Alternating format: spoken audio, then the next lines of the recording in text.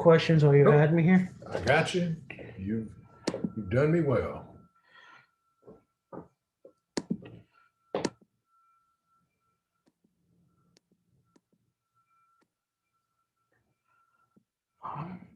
So everything's set until everyone else starts joining. All right. Thank you, sir.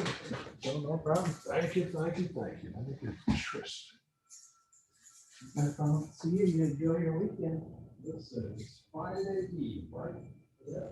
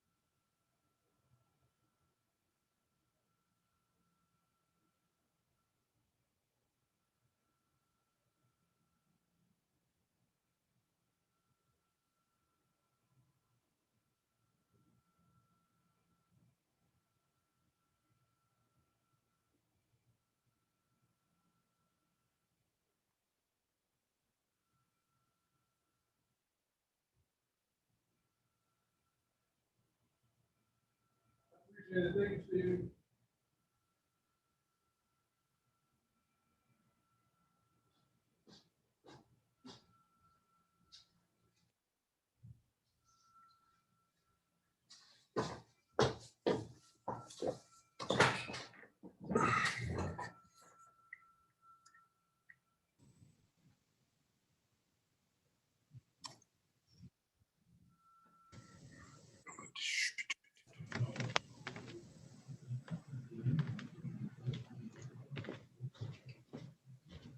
Good afternoon, Your Honor. Lisa Lindsay checking in.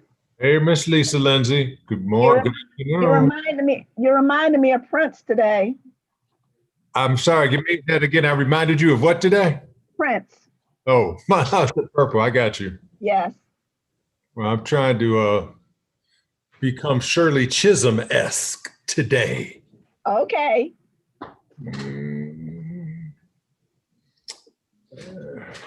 And I'm Afternoon, going Judge Morrow. Hey, Mr. Mysek, how's it going today? Knock on wood, I'm okay. Oh, well, that's not wood, but I get the reference. I get the reference. Oh. I get the reference. I Excellent. hope Miss Diallo is on time-ish today. I hope we just get them rolling over at the jail. Mark, who do we have that's in the infirmary for Division I infirmary? Do we have anybody that's been quarantined or sick or is that just the video shot that they're providing everybody? Good morning, Your Honor. This is Division I Infirmary. How are you doing today? I'm good. Thank you for answering the question. We're going to have a Mr. Philippe Ferguson.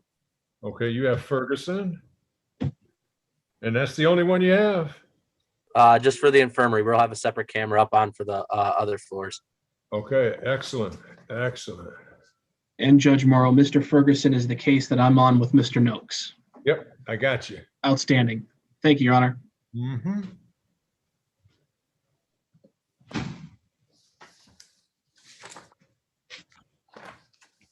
Coach D.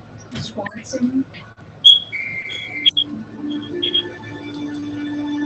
Young lady, would you please tell me who you are logging on for with Crutcher J824?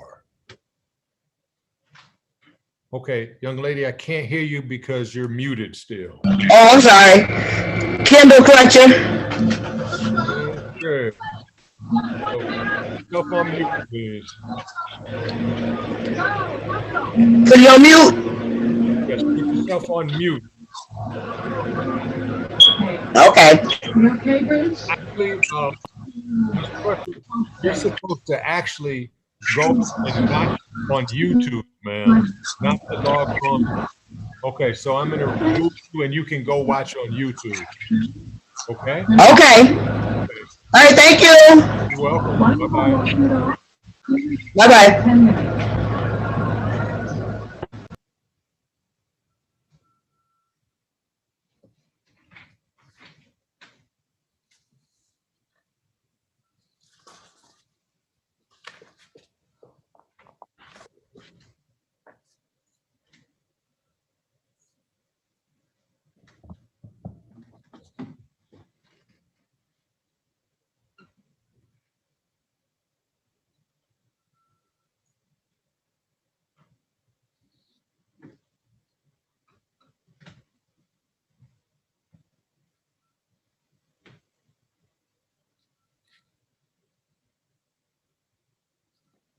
Mr. Mysick, Yes, Judge Morrow. did you and Mr. Notes talk about any offers that the two of you all had between one another, or were you all not even at that stage yet? There's been no talk of an offer at this point. I believe Mr. Noakes would be wanting to get the results of the psychological evaluations first. Okay, so it's not if this, then that, and if this, then that. Correct. Don't you think that that's easy to do? If it comes back here, this will be our offer. And if it doesn't come back there, this is our offer. Well, certainly I think so. However, I don't like to guess. And I truly do want to see what the results of the forensic center's evaluation is going to be, so that ultimately we can tailor something specifically to the defendant's needs if necessary. All right. How long have you been with the prosecutor's office, Mr. Massey? I'll be coming up on 10 years in October. And how many times have we passed each other in the street when I was parking my car? Oh, And in 10 years? far too many times to count, Judge. Right. And I tell you all the time that I always appreciate your offer to move my cones. That is uh-oh, is that Ben back there hiding? That Hey, has been Mr. done. Dinwiddie. My buddy Ben. So that's a compliment to your character, Mr. Massey. I'm sorry, Your Honor. I was saying it was a compliment to your character. I always have appreciated that. Well, Your Honor, I certainly aim to please and do what's right. Well, you extend that courtesy to me and I appreciate it.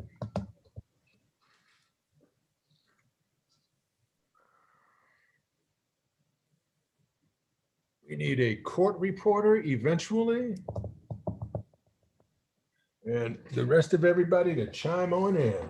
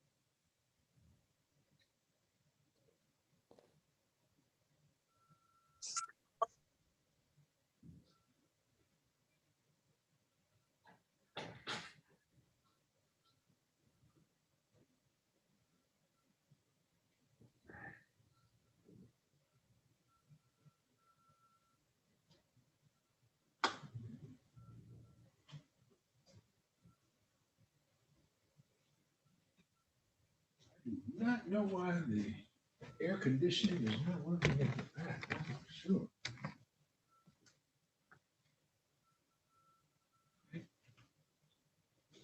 Turned it down the other day. 'Cause it was at 85. Oh, all right, we should have, Hussein Foxworth is in the jail, so. Looking at this, does that mean that this matter is still being decided in the Court of Appeals?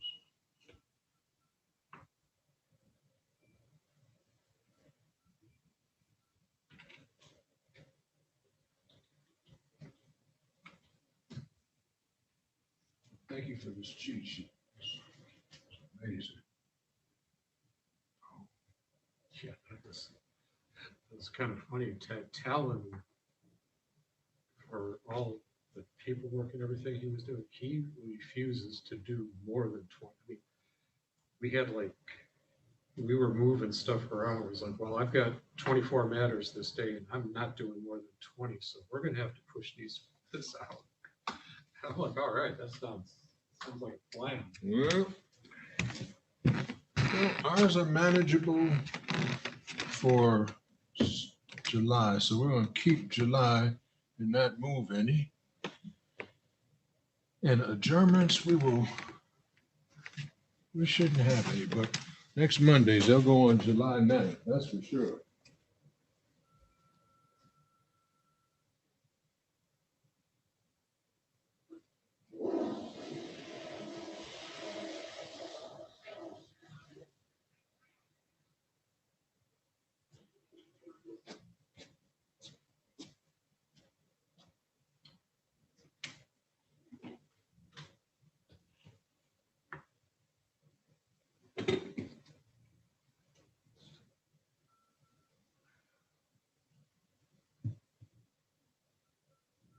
No, Judge, I can't tell if on this O'Neill case, I mean, the last entry is 3 years old, and that was Sean filed some transcripts. Right, but he was appointed a lawyer, right? And it's still in the appeal process, right? According to. Well, he was given Robert Boyd.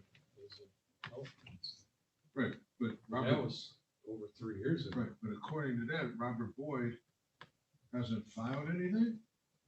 Because we don't have any entries that would say that he filed anything or that it's, a decision was made in the Court of Appeals on anything, right? Yeah, because they would have sent it to us. So my man is asking for transcripts. When he hasn't even exhausted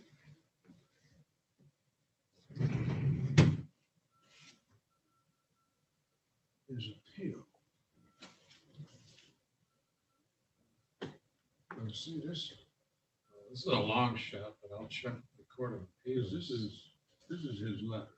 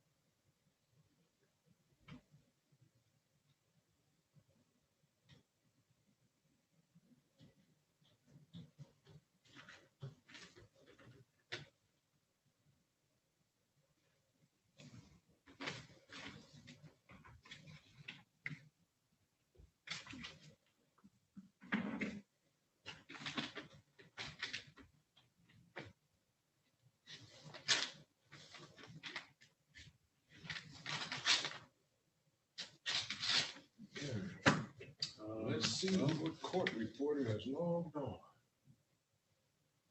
Actually, there was a Court of Appeals. There was a Court of Appeals. Decision, we just didn't make an entry?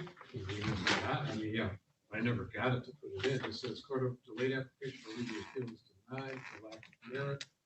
Motion to remand is correct. Motion to remand is granted. The court to consider what PSIRs and inaccurately includes a conviction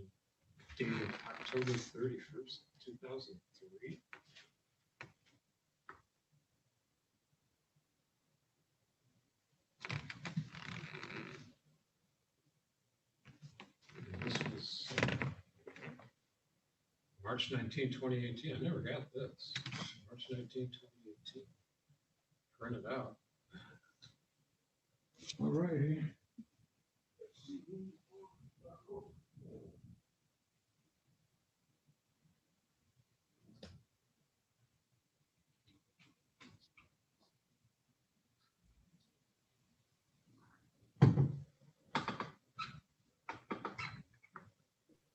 Can I check in on Tyler Presley? Sure. I'm here. Thank you.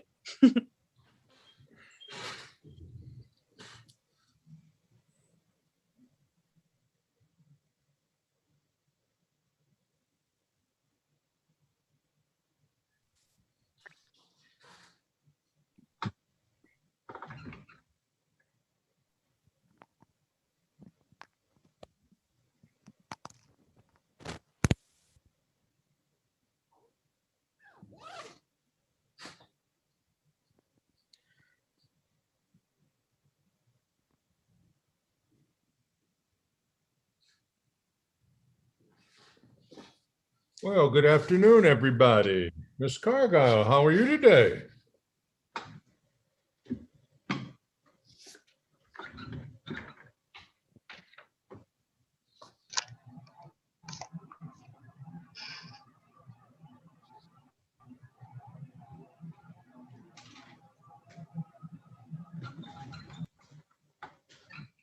Ms. Cargile? Can you hear me? Miss Cargile. Miss Cargile.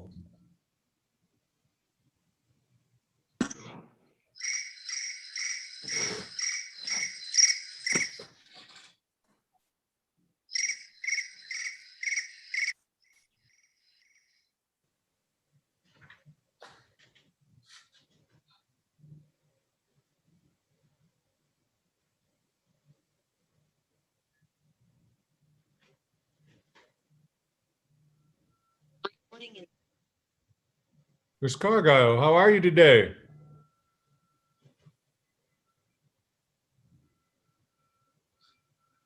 Miss Cargile? Can't hear you.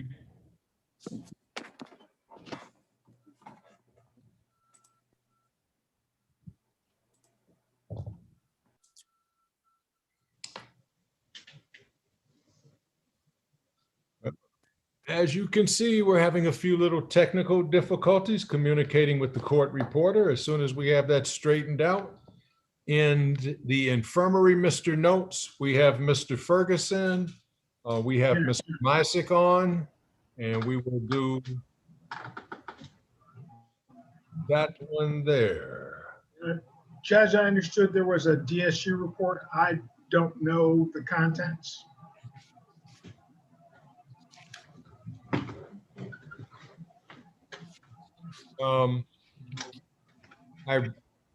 Mr. Mysick, did you come down and read the report, sir? I did, Your Honor. Okay, Mr. Notes, I read the conclusion to your voicemail. It's in my voicemail? Yes, it's in your voicemail the same day, the defender office voicemail phone. Oh, yeah. If it wasn't on my cell phone, I probably will never get that. Okay, and I thought that I had your cell phone number, and I know that I switched phones about 3 weeks ago, and apparently, I didn't back it up, and so some numbers came through, some didn't, and I could not find your number for the life of me. So if you will put it in the chat, I'll have it. And since it is the conclusion, I can read the conclusion since it doesn't have any sensitive stuff in it. Well, that would be fine, and I'll put my cell phone in the chat. Okay, thank you. Ms. Cargile, are you with us?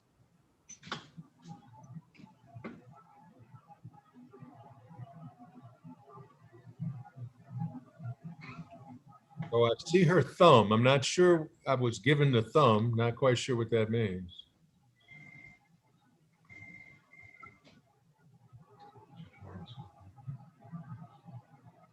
Yeah.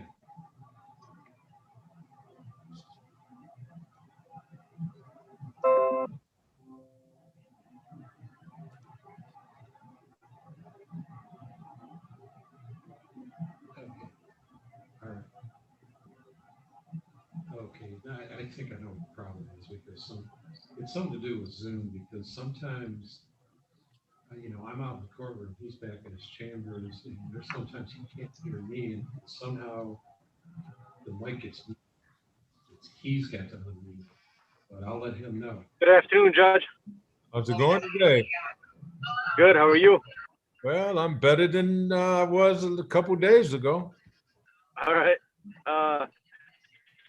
No, that's happened to me. I just wanted to check in Hussein Foxworth because he's in prison. I don't know what do you call him to zoom in.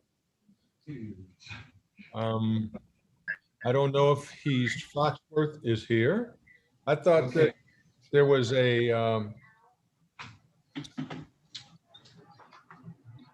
we had already withdrawn, if I'm not mistaken, we had already withdrawn his plea, and you all were going to submit a new plea form on Foxworth. Isn't that right, Mr. Kuja?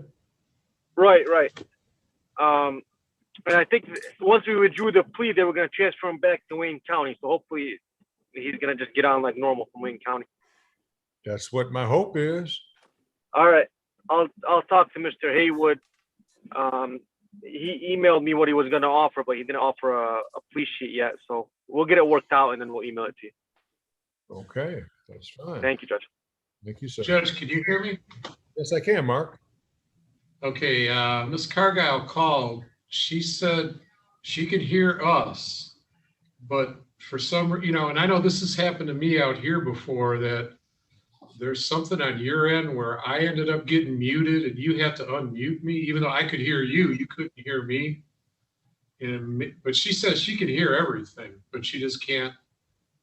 But it's like her mic is muted. Hear everything. I just heard her for a second. You heard me?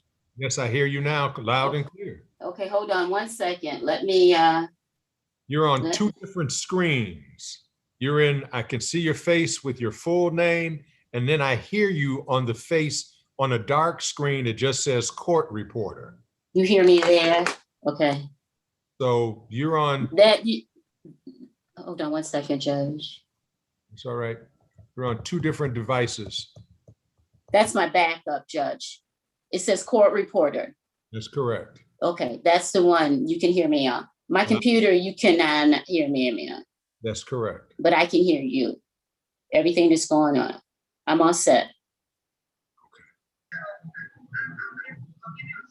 Let's do Mr. Notes. I will read to you what it says regarding Mr. Ferguson. The bottom line says,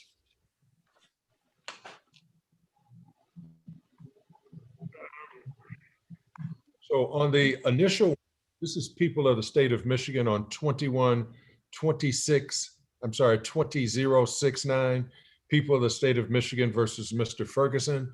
Would you please put your names on the record? Good afternoon, Judge Morrow, Jonathan Mysick, P74620 on behalf of the people. Good afternoon, Judge Morrow. William Noakes, P42796 of the Neighborhood Defender Service of Detroit, on behalf of Mr. Philippe Ferguson. Mr. Ferguson, identify yourself, please. Philippe Ferguson. Okay. Attached to this pretrial investigation notice, it says this matter was referred to the pretrial services for bond review on the 21st of April. The office submitted a report and recommendation to the district court in Westland.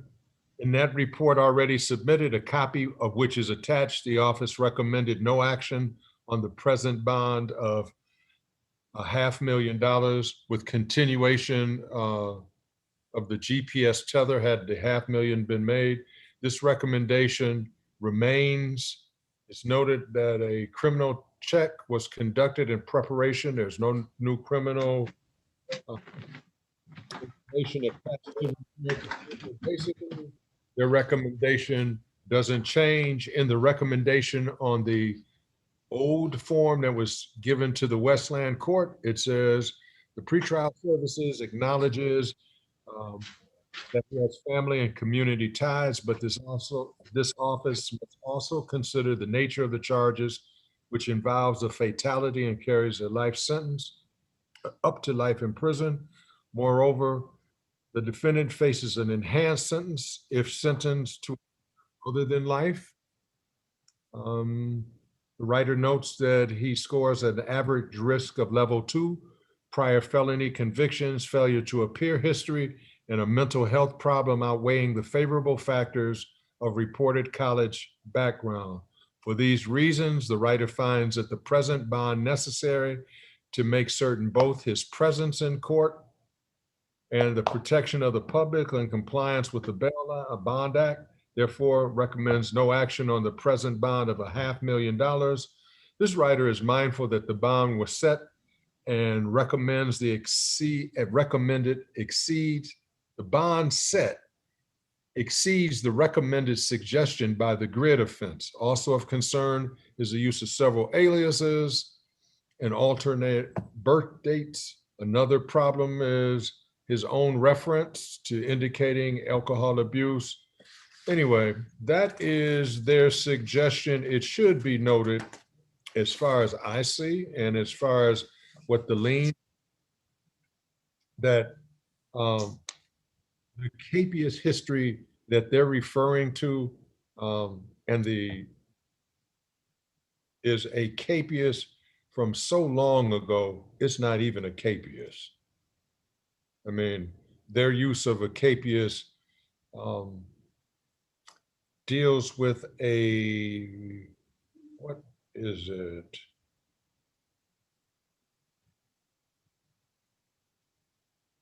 Refer to probation dismissed. I don't see this in the report. So that's what I have. I read the preliminary examination transcript in preparation for today's bond hearing. So, Mr. Bassett, any comments, Mr.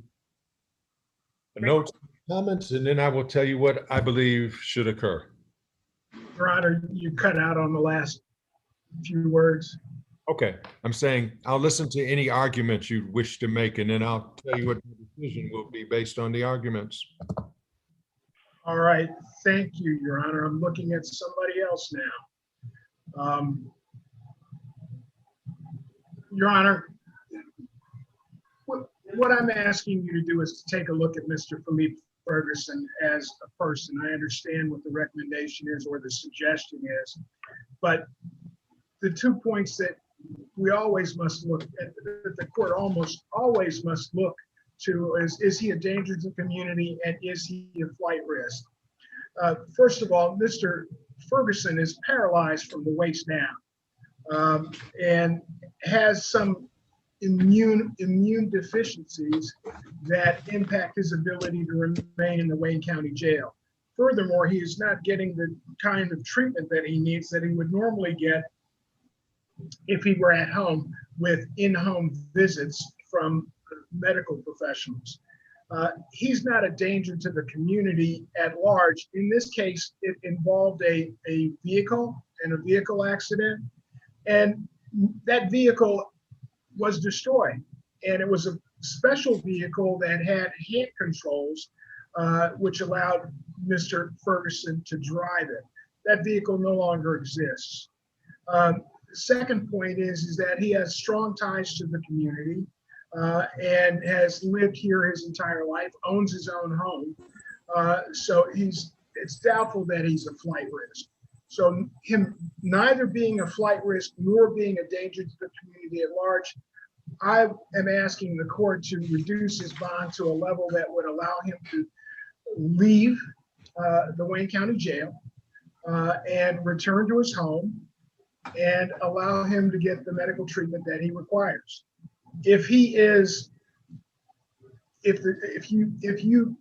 deem it appropriate, then a GPS tether would be appropriate, maybe even house arrest, Your Honor. But I'm asking that you do those things to allow him to leave the Wayne County Jail so he can preserve what health he has remaining. Mr. Misick. Thank you, Your Honor. I can't really speak to the defendant's medical condition and whether or not his ability to get treatment in the Wayne County Jail. Obviously, as I've indicated to Mr. Noakes previously, these people to the hospital. hold on one moment. I'm getting They don't wait for the police. I'm being flagged by the have them court say reporter. that backwards, That was on their mute, nose, please. whatever else. Your Honor, I'm getting someone's full conversation going on. No one hears it but me. The police. All right, The hold on. police. But I'm trying to find it. I can't find it on my screen, but I've asked everybody to mute again. Thank you. Thank you. I'm sorry, Mr. Misick, would you continue, please? If they have Just one moment, Your probable Honor. cause or whatever. That might be on Mr. Misick's end. That might be. Okay, Mr. Yes, Misick. thank you. Got noise quelled. I think so. So ultimately, as I've indicated to Mr. Noakes previously, Hearing the background noise. is that better, Madam Court Reporter? It's not good for the case, I can tell you that. No. I'm still hearing it, but it appears that I'm able to still hear you also. I'll put my thumb up if I have difficulty hearing you. All right, I'll keep my eye on you and I'll put some volume into my voice. So ultimately, as I've indicated to Mr. Noakes previously, certainly if there was a special need or something for the defendant while he's in the jail, he can talk to me. We can come to trying to come to some accommodation, get an order before the court to ensure that the defendant is getting the treatment that he needs while he's in jail. Given the facts of this case, Judge, I'm almost compelled to continue to argue that the defendant, despite his condition as a paraplegic, still poses a threat to the community. And I know that may sound odd, but it's clear from the defendant's condition that he's overcome multiple adversities in his life. And what is evident from the facts in this case is that if there's a will, there's a way. He found a way, despite his condition, to drive a high-performance, high-speed vehicle successfully up until the crash. And then when he was driving drunk with a BAC of approximately 0.21, he was driving that vehicle recklessly, so recklessly to the point that he was avoiding traffic, driving into oncoming traffic, and ultimately colliding with multiple vehicles, which led to ultimately this murder charge. So it's clear to me that the defendant, if there's a will to do something, he is going to do something. And so I think from that perspective, Judge, I have to continue to say that yes, he may, the vehicle in this case may be destroyed. However, I can't ignore the idea that if the defendant wants to do something, he's going to do something. And so I'm concerned about the threat that he poses to the public in that regard. Additionally, regarding his potential for flight, I know the report does indicate there was the Capias from 2006 in Ohio. I know that is dated. He does have limited ties to the community, if I remember the bond report correctly. If he's going to be living alone, Judge, on his own, and his vehicle is destroyed, I have concerns with him and his ability to be able to come to court personally when we get to that point. And what's more is that I don't know what the defendant's ability to Zoom in to court would be like. Alternatively, if he doesn't have the ability to Zoom, he'd have to make arrangements to go to Mr. Noakes' office or seek some other accommodation that way. And again, I don't know if he has the ability to actually do that or even do that safely. And so again, his ability to come to court gives me a moment of pause. And finally, Judge, and just from the facts of this case, I have, and perhaps Mr. Noakes can speak to this better than I can, but just by my objective reading of the case, that the defendants, that frankly, I'm concerned for the defendant's safety himself, that given the exceedingly high BAC in this case, the way that he was driving the high performance vehicle, at the speeds he was doing it, the way that he was doing it, and then the fact that when he's ultimately found, he has a firearm in his lap. Now, there's no evidence of self-harm in the case. However, all of those factors give me a moment, as I said, give me a moment of pause. And so just as I'm concerned about the safety as well as the administration of justice, the safety of the public and the administration of justice, I'm very concerned about the defendant's safety as well, especially in light of the severity of the charges as well as the nature of the proofs. And I think that for defendant safety, for the public safety at this point, that the defendant should remain in the jail under constant supervision. So that latest argument was because of all of those things, you think he is more likely to be suicidal than somebody else? Well, it's possible, Judge. And I think that just looking at the evidence as I see it, and I said, perhaps Mr. Noakes can speak more to that than I can, but looking at some of the. Please, just a second. Yes. I'd like to speak about probable stuff and not possible stuff. Sure. Because all things are possible. I think it was so it is the probability that I mean, it's as actually opposed to all things that are possible. So that's everybody that carries a gun and drives fast. I don't know. Your daughter. I'm sorry, Your Honor. Judge, can you hear me now? I can. Mr. Mysick, is Benjamin talking behind you still? He is, Your Honor. He's turned. Yes, Your Honor. He has to. You have to mute him. You have to tell him to get off the phone because you and he are the problems right now in making a clear record. Tell him to step out and not talk or just listen.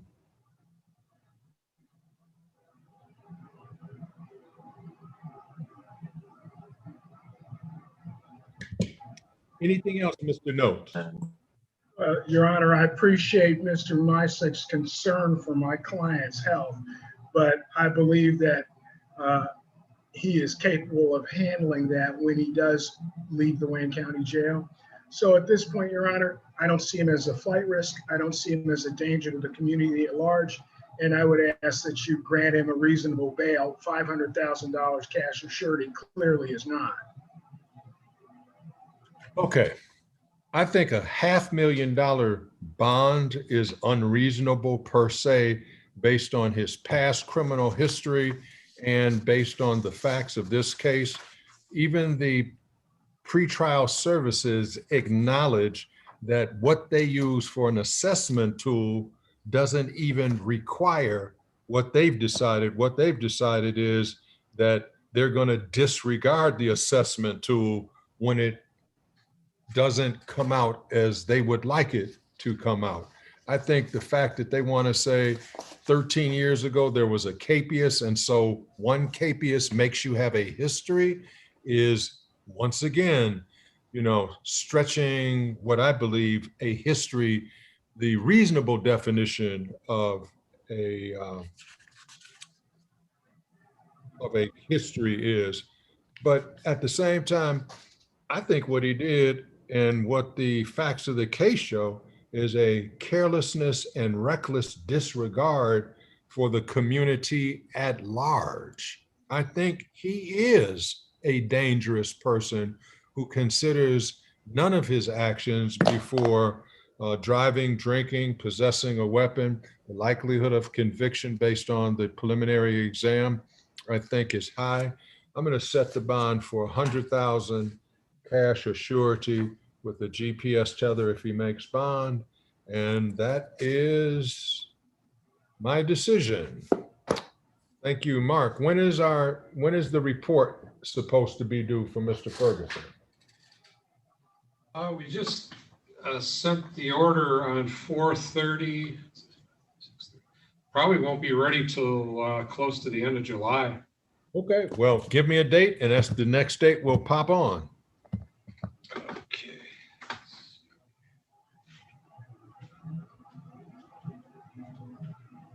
I'll set it in August, and then if the report gets here earlier, we will let everybody know. Okay. August 5th, and that would be the C docket.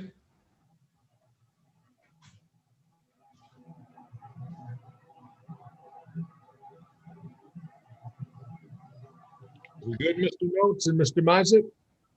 That's very good for the people, Your Honor. Thank you much. All right. Nothing further, Judge. Thank you. Thank you. Who do I have in Division 2? Kendall Crusher, Your Honor. Okay, are we ready on Mr. Crusher? Your Honor, it's Athalia. I'm not sure. At one point, I have this distortion that I think.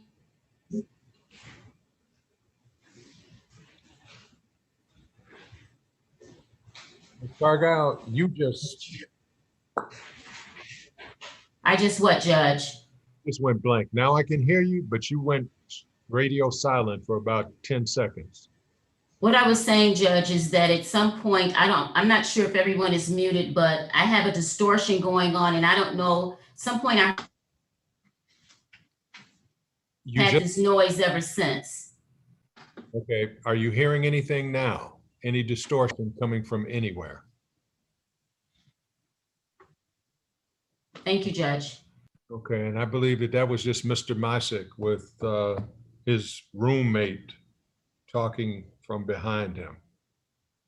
Okay, thank you, Judge. Okay, is Mr. Cripps on? Because this is Mr. Crutcher, Kendall Dion Crutcher, for an arraignment on the information. Your Honor, this is APA Larry King. That is my file. Great. I'm looking to see if I see Mr. Cripps. Is Mr. Cripps co-counsel as you know it? Mr. King? I can't hear you now.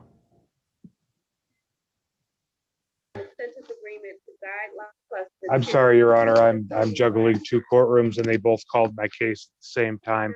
Mr. Cripps is counsel on this. Okay, well, he's not here yet, so we will go to Division 1, floor 2nd, the young man with the dreadlocks. What is your name, son? Foxworth. Okay. Mr. Foxworth, Mr. Kuja was just on, and Mr. Brown, Haywood, are you on, please? Yes, Your Honor, I am. Okay, this is people of the state of Michigan on Mr. Hussein Foxworth, 20-0315. Your appearances today, please. Good afternoon, Your Honor. Ron Haywood for the people. And good afternoon, Your Honor. Jamil Kuja appearing on behalf of Mr. Foxworth. Okay, what were we able to work out, Mr. Haywood? Your Honor, I believe you should have a new plea sheet. We did decide to modify his plea agreement. So in case, if the court is ready, I can read it. Would you please? I am ready. Under case number 2000315, the defendant, Hussein Foxworth, will be pleading guilty to a reduced charge of larceny from a person. That will be count 1. Under 750.357, statutory maximum penalty for that offense is 10 years. There is a sentence agreement for him to complete a term of probation with a special condition to complete the flip to switch program. No objections to height of sentence, and then cost. Okay. Mr. Kuja? Judge, that is accurate. And I discussed that with Mr. Foxworth. He gave me permission to sign his name to the plea form, and it was emailed to your clerk. And I have a copy of it. Mr. Foxworth. What's the second charge? What's that? Boy, there is no second charge. Oh, it's the same charge, just split in two, I guess. We reduced it. I reduced it. The reduced charge. Okay, it's reduced. So I'm doing probation. No, we're not even there yet. Oh, okay. You're going a little too fast on me. I need you to promise to answer my questions truthfully. Do you promise to answer the questions truthfully? I mean, I can do my best for you. No, I gotta answer your questions truthfully, Your Honor. I will answer your questions truthfully, Your Honor. I think you want to stay up at the thumb, don't you, Mr. Foxworth? No, sir. Not at all. I think you met some partners up there that you want to play around with. Some partners? No, sir. Yeah, okay. I mostly stay to myself. Well, that's one way to keep yourself healthy. Good. So, Mr. Foxworth, this is the deal. You are so, Mr. Foxworth, this is the deal. You played guilty and that, but I'm sorry, Your Honor, you're breaking. Your Honor, you're breaking, Your Honor. We can't hear you. I can't help that. But everything that you're saying into your mouthpiece, you're saying out loud, and I hear you repeating everything.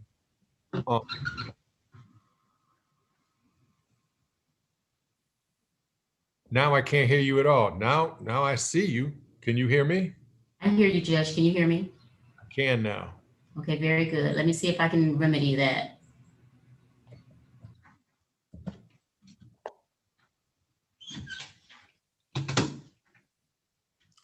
You can still hear everything I'm saying. Something goes wrong with this Zoom sometimes, Judge. I have no control over it. I'm so sorry. It unmutes my mic. Just give me 1 second.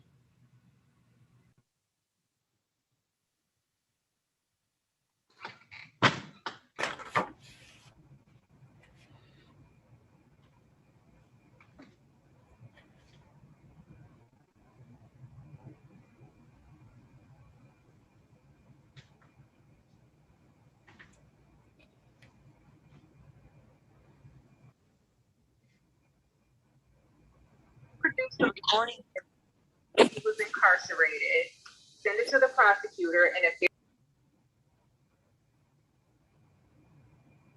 Go right ahead, please, Judge. Okay. Back with you, Mr. Foxworth. Can you hear me? Yep. Okay. Back on October the 20th of 2020, you entered a plea of guilty. Do you remember doing that, sir? To what charge exactly? It was robbery, not armed. Okay, that's true. Okay. Now, what the prosecution has offered you is a chance to plead to larceny from a person. That offense carries up to 10 years in prison, but the agreement is probation with some special conditions and allow you to plea under HIDA. So do you want to accept that offer? What are the special conditions? Whatever I decide that they are. I don't know. You got it. I do agree with it. I will take it. Okay. Mr. Haywood and Mr. Kuja, would you all like to stipulate that the factual basis that Mr. Foxworth gave for the robbery not armed back on October the 20th satisfies the factual basis for a larceny from a person? Yes, Your Honor. Yes, Judge. Would you both like to also agree that I've complied with the court rules in the taking of the plea? Yes, Your Honor. You have, Your Honor. Okay. With that, then, we're going to give Mr. Foxworth a personal bond and have him brought back into the jurisdiction, released from the Wayne County Jail. And Mr. Kuja, you know the 456-4600 number for the probation department? Yes, Judge. To make sure that Mr. Foxworth, give me a phone number. Okay, I got my father's phone number. Okay. 586 Mhm. 738 7135. And what is your father's name? Hassan. Last name? Shelton. I'm sorry, one more time. Shelton. Shelton. Got it. Do you have it, Mr. Kuja? Hassan Shelton, right? That's correct. Yes, I wrote that number down. And Judge, just to double check, the probation department is, was it 415-4600? 456-4600, yes. Sorry, you broke up. What was the first? 456-4600. Okay. Does Mr. Foxworth have anything he could write down my number on, so when he gets released, he can call me and I can make sure? That's why you're gonna call him. Okay, I'll call his dad. I got something right here to take your number down. So number? Here, I'm gonna find it's 313-215-2221. Okay. All right, just call me when you get out, and I'll try to. All right, reach your when dad I in the get out, meantime. are they just releasing me? You're still gonna have a sentencing date. You're gonna have to come back to court. Or so like today they're gonna release me? I don't know if it's gonna be today, but hopefully, once you're released, get a hold of me. I'm gonna try to reach your dad in the meantime. So we're both gonna try to reach each other. So you can Okay. get in contact with probation, all right? Okay. Sentencing date will be July the 26th. What's that date? July the 26th. That's for what exactly though? Are you listening, Mr. Foxworth? I'm trying to listen. I just can't hear you. Okay, well then call your lawyer, sir. When you Okay. get out. I'll explain it to him, Judge. He said July 26th. What time is that gonna be? July 26th at 9 o'clock in the morning, sir. All right, thank you, Your Honor. Okay. Anything more? That's it, Judge. Thank you. Oh, you Thank try. you. Thank you, sir. Bye. All right, young man in Division 1, what's your name? Yep, the one that's looking around. Who? You, yes.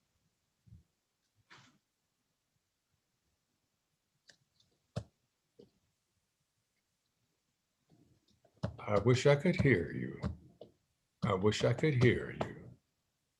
Either one from the jail, then. I don't care who talks to me, but see who we can hear today. Sorry, Judge, that was Mr. Mullins in the other chair, and this is Mr. Battle.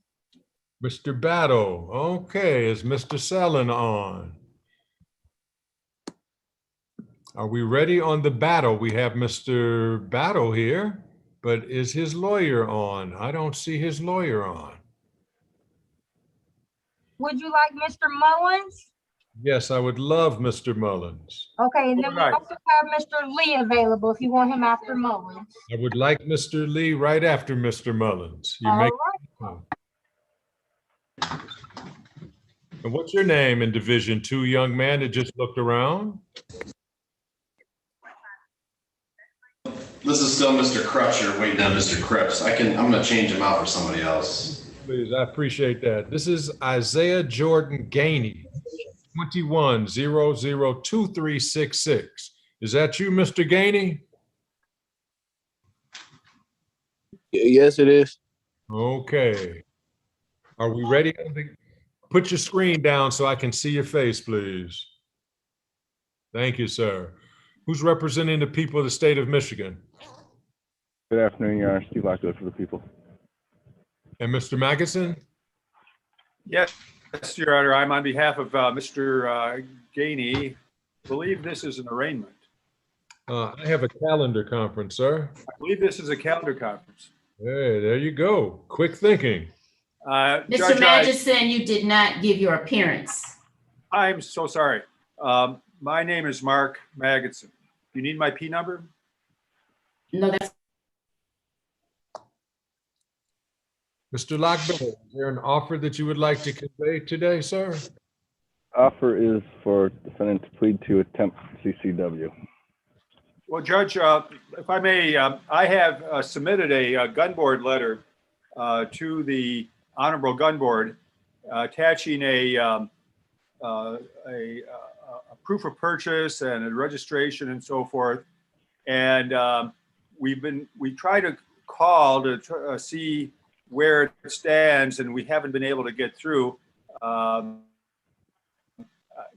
nevertheless, I would maybe ask to, maybe we could put this at the end of the call, and maybe somebody could reach out. I don't know. I could try further.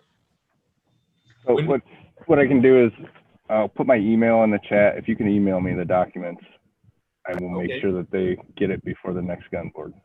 Mr. Magidson, when did you mail that to the gun board? Email it.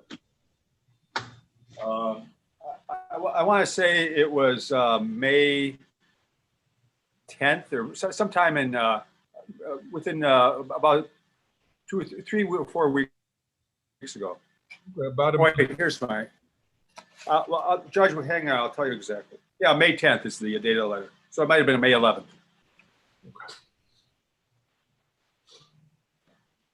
So, Mr. Lockbiller, this is what I need you to investigate, please. I know that we're trying to get them through you, but we have never had one that has successfully come online and said that I got an answer.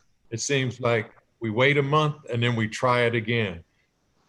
So somebody, somewhere, are completely disregarding stuff for a whole month. And it just creates, to create more work to do the same thing, and nothing can get resolved. So it's weird because they tell them that that's what they must do to take advantage of it. So do you have Mr. Lockbiller's email in the chat, Mr. Magidson? Yes, I see it. Okay, so send it to him, please. If you can send it pretty much right away, I can make sure and almost promise that this will be seen by the gun board and get a reply back by next week. Okay, so for Mr. Gainey, let's try to put him on C docket on 6/25. It's another call in for a jailer. It's going to be done that quickly. We'll give you that date, Mr. Magidson, C docket on 6/25. That's C docket 6/25, and we will see Mr. Gainey at that time. Sounds great. Thank you much. I do have Mr. Mullins. You were about to call him too. Great. Where is Mr. Mullins? Is he on camera? He was in the jail. Oh, there we go. Mr. Mullins. Thank you. This is Brandon Dane Mullins, 213153. This is issued for a calendar conference. Your appearances for the record, please. Good afternoon, Your Honor. Steve Lockfield for the people. And Mark Magidson on behalf of Mr. Mullins. Okay, what are we going to do, please, on the Mullins matter? Well, I'd like to try to work this out. The gentleman has got some, this is a breaking and entering into a building, commonly known as a garage. And although he didn't take anything, apparently it's alleged that he broke in. But the problem is he's currently on parole to the Michigan Department of Corrections, and he's on probation to the County of Monroe. So he's got some other things going on. That means that he gets no credit for the very time that he's currently in the Wayne County Jail on this case. So I would like, if possible, to try to negotiate a resolution sooner than later for this gentleman. How does 6/25 docket C sound? Sounds like a pattern here, Judge. I think I like it. Right. That's so that you don't have to go 20 places on one particular date. I appreciate that. All right, let's get something done. I'll see you in a couple of weeks. Okay. Gives you plenty of time. Whenever you reach him, there's another gentleman named Rex Jordan. And I'm on him as well. No, I don't see a Rex Jordan. Rex Jordan's out on tether.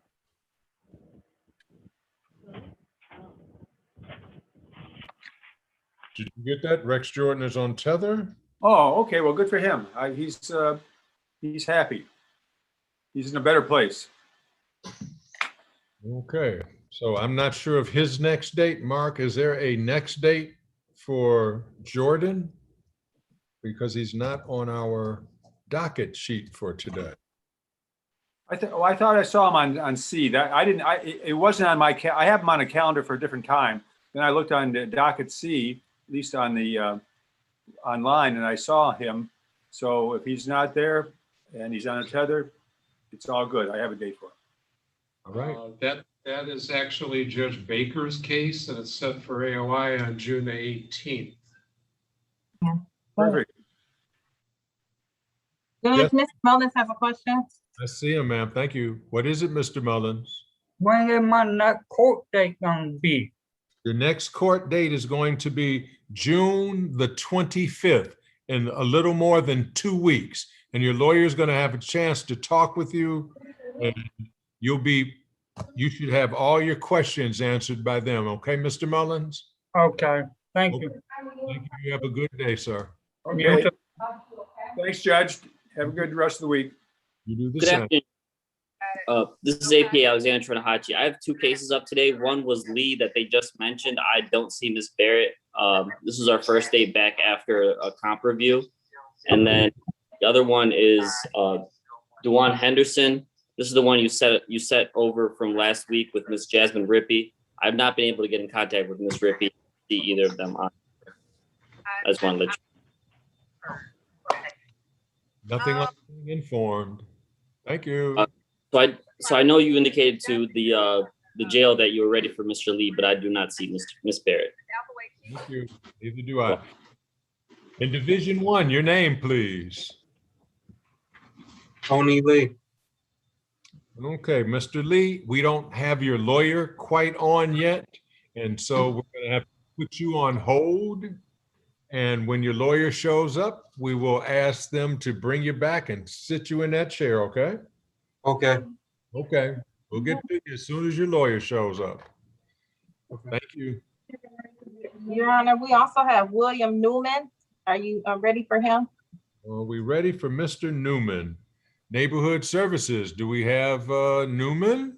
I'm the prosecutor on the case, and Mr. O'Donnell is defense counsel. I see him there. Mr. Yes. O'Donnell, Mr. Newman. Thank you.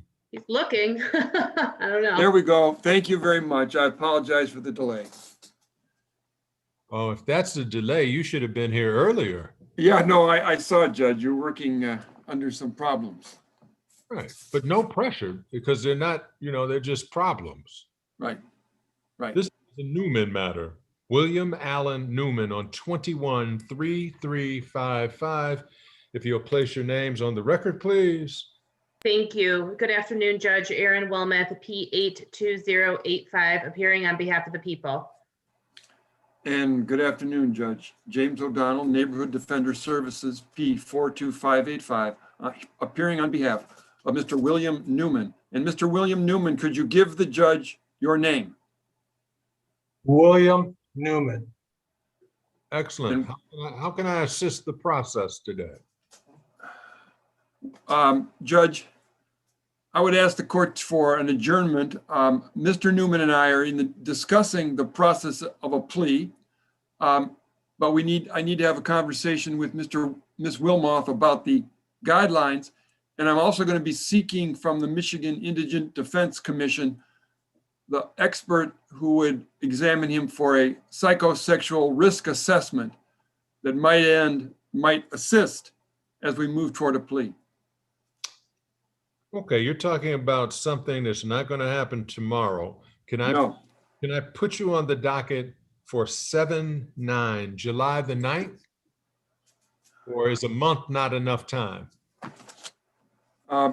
I'll let the court know. I've just begun discussions with the Michigan Indigent Defense Commission about that assessment.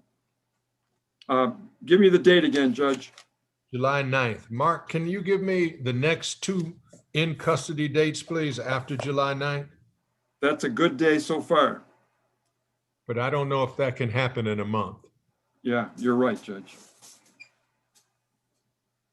July 13th, C docket, and July 21st, B docket. Let's shoot for the 21st on docket B. And Mr. O'Donnell, you can keep me and Ms. Wilmoth up to date, because if they can't do whatever they need to do with Mr. Newman to make that examination or assessment happen, then we can just move the date to accommodate whatever schedule you might be able to get that accomplished under. All right, Judge. We're talking initially about July 21st on the B docket? That's correct. All right, that's better because I have an exam that afternoon. Yeah, well, who But knows? that morning's good. You're on the B docket. That's correct, but I don't know how the world is going to look. So if we're just scheduling it, who knows how your world's going to look? No, that's good, Changes Judge. every day. Yeah. And Ms. Wilmoth, we'll be talking to each other about the guidelines. Absolutely, I will handle that. I do anticipate if this is something that's not resolved, I will have an 803A motion, but let's see where Mr. O'Donnell and I are moving closer to the Okay. next court date. Yes, Judge, thank you very much. Pleasure's all mine. Just here to facilitate. And Judge, I'm also here with Ms. Farkas on the SWIFT matter. Well, let's get to it swiftly, if we might. And I thank you, Judge. Thank you, Mr. O'Donnell. I also wanted to just let you know that I'm here on Brian Yo's band with Kim Michon, and we don't know where he is. He's either on an ICE hold or has been deported, so that might be something we can handle really quickly. Please and thank you. That sounds great. This is then 20-077. Brian Yospan, your appearances for the record, please. Good afternoon again, Judge. Aaron Wilmoth, P82085, appearing on behalf of the people. And good afternoon, Your Honor. May it please the court, Kim Michon, Neighborhood Defender Services, P59167, on behalf of Brian Yospan. So where do you believe Mr. Yospan is? Your Honor, originally when we held the preliminary examination, Mr. Yospan was in the custody of the Wayne County Sheriff's Department. He is no longer there. He had an ICE hold as he was allegedly illegally within the country. I do not know where he is in terms of whether or not he is in federal custody or whether or not he has been deported back to Guatemala. Okay, this is my guess. If we were in my courtroom, I would tell my dep, call down to registry and find out the date that Mr. Yosman left the Wayne County Jail. And whose custody did he leave in? Because we know he didn't walk out on personal bond. That is correct, Judge. So at least that would give us some indication of the last party that used the legal process to take possession of his body, if you will. So it's, go ahead. And I'm certainly willing to help out defense on that. You know, I did contact attempt to contact the aunt of the complaining witness. If you had read, I'm not sure if you read our motion and motion response, but the defendant and the complainant aren't strangers. So I thought maybe they would have some insight on where he's at. Unfortunately, there's a bit of a language barrier. This was an exam where we had an interpreter, so I don't know if they can maybe not understand my voicemail messages, but I have not received a call back. But I'm certainly willing to work with defense too and try to investigate this on my end so that we're not held up. I just want the court to know that. I appreciate everybody's effort. So understanding everybody's effort, everybody's position, I think a capias is appropriate when the accused does something that doesn't allow them to be in court. Do you think a capias, I can issue a capias, I have legal authority if somebody else comes and gets him? I do not, Judge. He does not have a capias history. He does not have the ability to be here as he is either in federal custody or the feds have deported him. Or according to the argument that we heard by Mr. Mysick, he would say, well, they have a capias history. Mr. Yospan does not. He has appeared at every court date he has had the ability to appear at. Today he'll have a capias history, won't he? So, Ms. Wilmoth, what is the proper thing to do when the person is taken out of the jurisdiction by law enforcement of our jurisdiction? Well, typically I would say you'd find where he's at and writ him back to where he needs to be, but it's not like he's not here by his own free will. I don't have an answer. We have to really hunt down where he is before we can get him in front of Your Honor. Yep. And if the answer is Guatemala, I don't think you have jurisdiction there. If he's been deported, that opens up a whole other can of worms, so to speak, on what we're going to do here. Well, if he's deported, I don't think there's any alternative but to dismiss the case because I can't issue a capias and it would be Right. silly to enter a next action date because that would be me chasing my own tail. And, you know, I had it severed at birth, so I couldn't chase my own tail. Well, if he has been deported, that is definitely something, if I had confirmation of, I would approach my supervisors with, because, you know, that's, Okay. Well, you know. Judge, I did reach out to the immigration attorney. She has not emailed me back. As soon as I get confirmation as to if she knows where he's at, I will make sure I forward those emails to both the court and prosecution.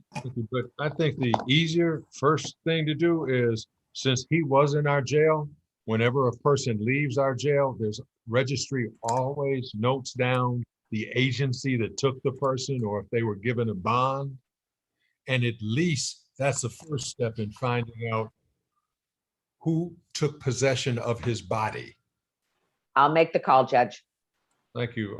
So you all want Judge, to, and I believe there's only, I kind of did a quick Google search before the hearing, and I think there's only a certain limited amount of facilities, at least within the state of Michigan, that deal with ICE holds. So that's another avenue too, is maybe reaching out to some of those facilities and seeing if they have information.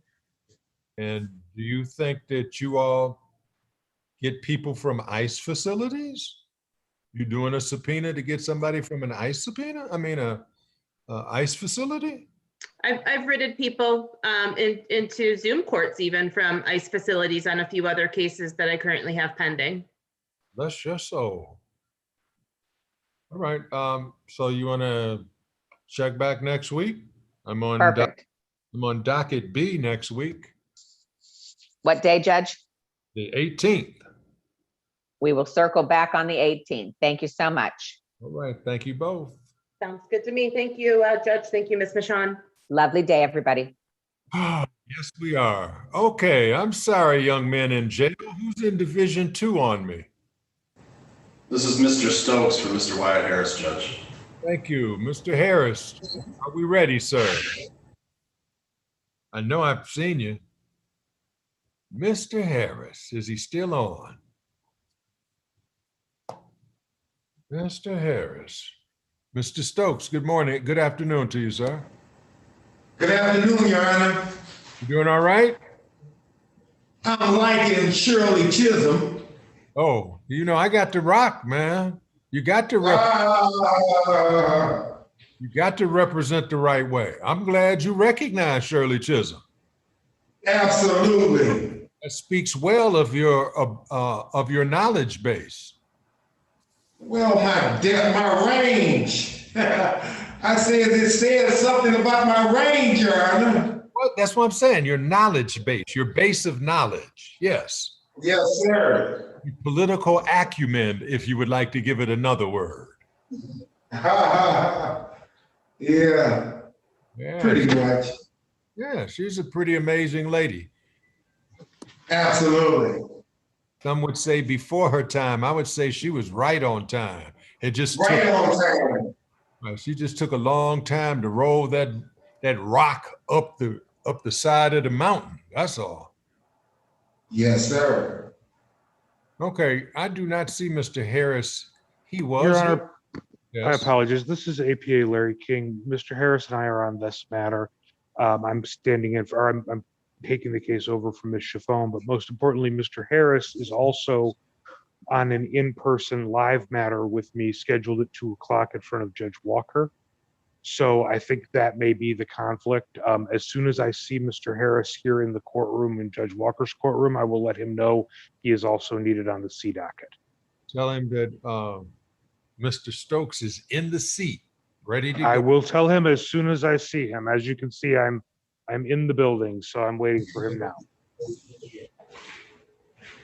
Thank you, Judge. Pleasure, sir. All right, Mr. Stokes, we'll get back with you on Division 1. Young man, what is your name, please? Leon Kennedy. Mr. Kennedy. Is Sarah Robinson here for Leon Kennedy? Yes, she is. I'm present. Yes, let's do Mr. Kennedy, please. This is people of the state of Michigan versus Leon. Kennedy. Your appearance is for the record, please. Yes, good afternoon, Your Honor. Larry King on behalf of the people, P78774. And good afternoon, Sarah Robinson, P63181 for Mr. Leon Kennedy. It is a final conference.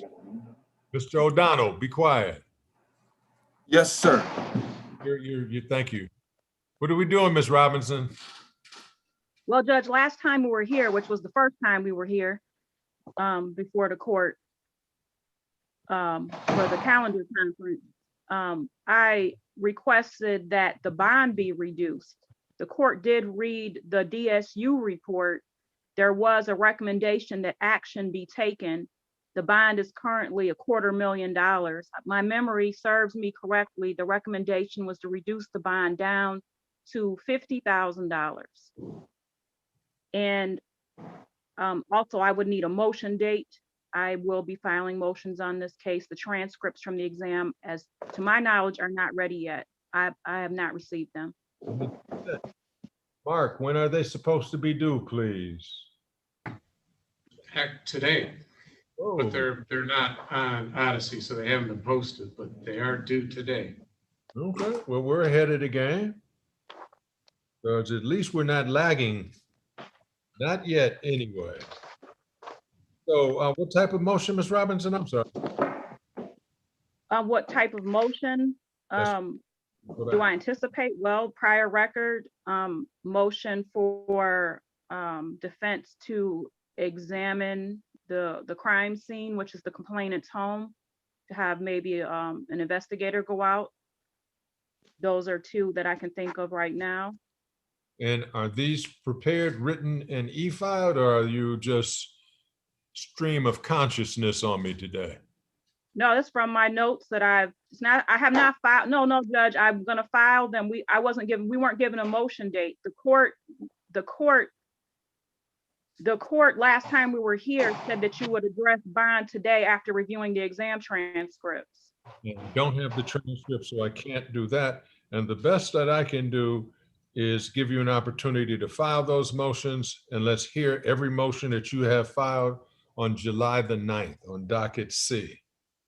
Will that give you enough time a month from now to file all the motions?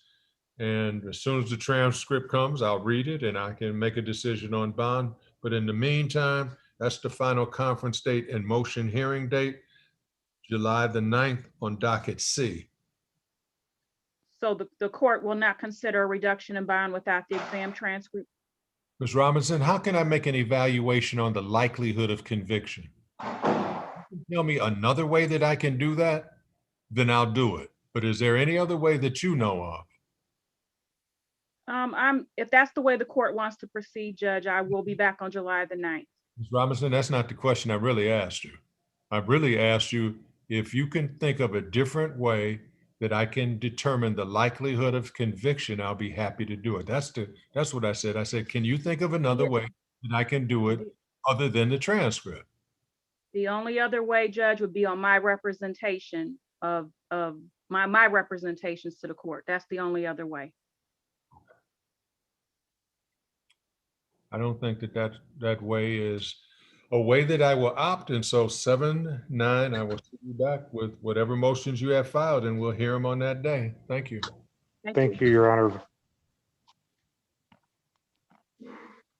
Your Honor, I did put in the chat, I have a couple other files with the court. I'm needed in a live hearing. It should not take long. I will be back as soon as possible.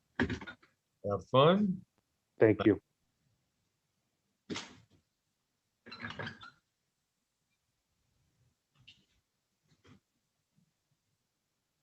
Mr. Wolf, I see you, but I don't see your lawyer. So just take your time and we will plod along, sir. Verna, did you have anyone in mind that you want us to put in the chair from the Division One? If you, Mr. Lee's lawyer isn't here. So Okay. who else do you have? I have Mr. Lee and I have Mr. Battle. Mr. Battle, and Mr. Battle's lawyer hasn't zoomed in as of yet. That's horrible. I also have Mr. Tyler Presley. Judge, I'm here on Tyler Presley, ready to go. We do. Okay. 7 years old. Okay. Thank you.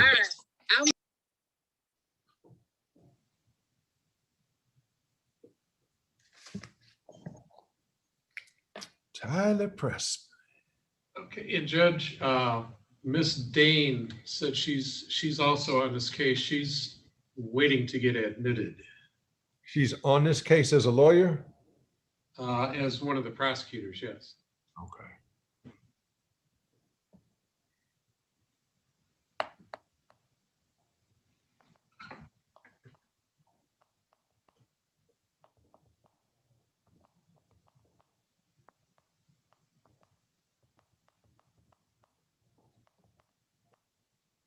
Hey, Ms. Kraus, who are you representing today? Hi, Judge. I thought I heard my name. I am standing in for Mr. Cripps on Kendall Crutcher. Kendall Dion Crutcher. Yes. All right, if we are ready, then we're not with Mr. Crutcher, but with Mr. Isaiah Mohammed Swift. This is 210271. Your appearance this morning, please. Good morning or good afternoon, Your Honor. To you and your court staff, Aaron Dan for the people, P78733. Good afternoon, Your Honor. Lisa Lindsay on behalf of the people of the state of Michigan. And Mr. Swift, would you give us a good afternoon at least, please, sir? And Judge, if I could put my appearance. Go ahead, please, Ms. Farkas. Stephanie Farkas, P74227 from Neighborhood Defender Service, appearing on behalf of Mr. Swift. And Jim O'Donnell, P42585, also on behalf of Mr. Swift. And can we get Mr. Swift to put his name on the record, please? I don't see him, Judge. Oh, Mr. Swift. No, Mr. Swift. Who is in Division 1? What's your name, young man? Tyler Presley. One more time. Tyler Presley. Mr. Presley, thank you. Mr. Swift is at Judge. Division 2. Yeah, he's in the chair right now, Judge. They got him now. Okay, first of all, are we ready on the Tyler Presley since he's in the chair? So, I'm ready, Your Honor. I think at our last hearing, I don't know if Madam Prosecutor's here. I think it was just, there hadn't been much conversation, and I think we pretty much were saying. Who has not muted themselves? Let's do Mr. Presley since we have him, and then we'll go to the other one. This is case number 213551. Tyler Terrell Presley, your appearances, please. It's my understanding that the defense Oh yeah, Neighborhood Defender Service by Jackie Pilkowitz, PA 1653 on behalf of Tyler Presley. And Mr. Lockbiller, is this your case, sir? No, Judge. And who was the prosecutor on the Presley? Yes. I believe this is a Pat 2 case. What's it up for? This is an AOI? Yes, sir. I'd be willing to stand in and get in contact with whoever the prosecutor is for next time. Judge, I don't believe the prosecution's going to have an issue with my request Okay. on the record. Mr. Lockbiller, would you like to place your name on the record then, please? Sure. Good afternoon, Your Honor. Steve Lockbiller for the people. Okay, that is scheduled for an arraignment on the information. Does the Judge, the thing about the arraignment, I'm hesitant to waive formal reading because I'm not sure that the court is in receipt of the amended information. I have not received it. 2 counts were dismissed at exam. So as long as Mr. Lockbiller can communicate that to whoever is on this case to get me a copy of the amended information, I would appreciate that. Otherwise, I would waive formal reading and stand mute to the charges. Okay, well, I don't think he can do that since he doesn't have a file. And what I can do is I can check to see if our file is here. So Mark, can you meet me in the middle? And then I will read what the bind over is, period. So we won't waive it. I'll be happy to read it. Thank you, Judge. Yes, it was just posted. And In terms of discovery,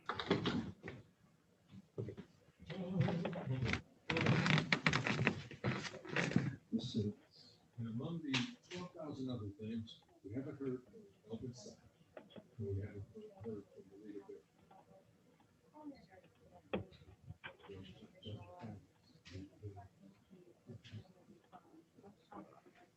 We have.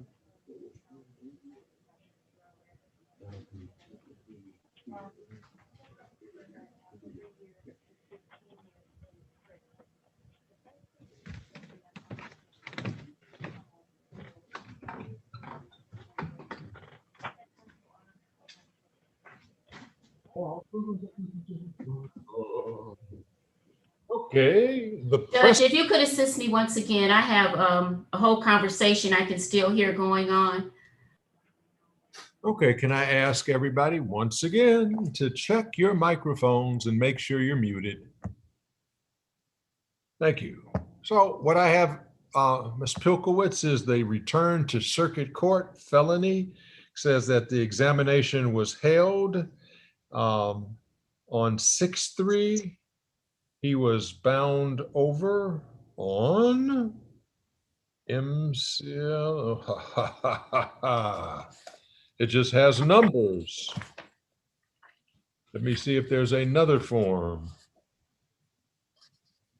It has 755-357 parent C01 dismissed and 755-413 parent C01 dismissed. And so according to the information, the only ones that he is bound over on are motor vehicle unlawfully driving away, which carries up to 5 years in the state prison. It is probationable, and stolen property, receiving or concealing, which is a 5-year offense and is subject to the second or subsequent offense notice. So those are the two that he is bound over on.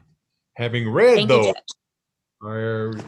so this case is going to Judge Thomas. That's correct, Judge. And we actually have a court date before Judge Thomas. He is on probation to her and has a review on July 7th. And I believe that's on the B docket, B as in boy. So I would just ask that this matter be set for then as well. Well, actually, the information that I was given is to tell you to pop in on 6/21. Well, Judge, I didn't know there was another case and another date already set. That Okay, was just, but Mark, that's a probation violation case. And so I don't think that this one should just wait for a month and a half. I think if anything, the PV should move to the calendar conference for this one.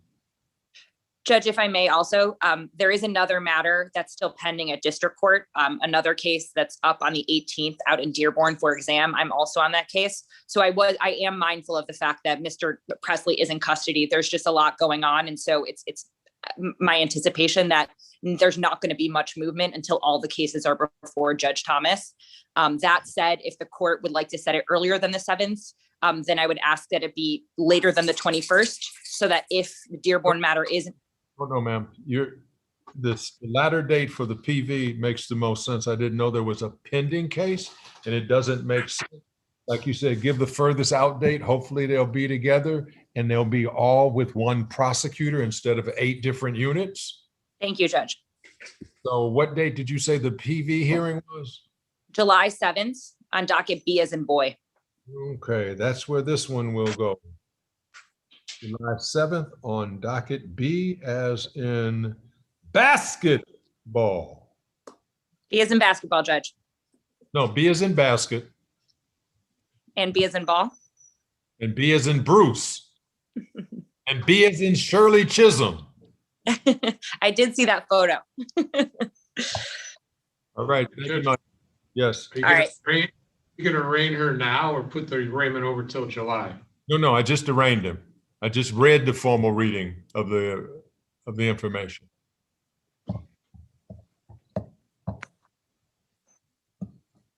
Okay. All right, Tyler, I'm going to come and see you next week. Okay. Oh, he's already gone. All right. Thank you, Judge. He said okay. He said okay. Okay. Are we ready on the Isaiah Mohammed Swift matter now? Back on Mr. Swift. Yes, Your Honor. Yes, Judge. Praise the Lord. Yes, Judge. Thank you. Mark, can you meet me in the middle with 210271, Isaiah Mohammed Swift, please? Good afternoon, again, Your Honor. Aaron Dan for the people, P78733. Give me 2 seconds. Let me go get the file. That's fair. Thanks, Judge.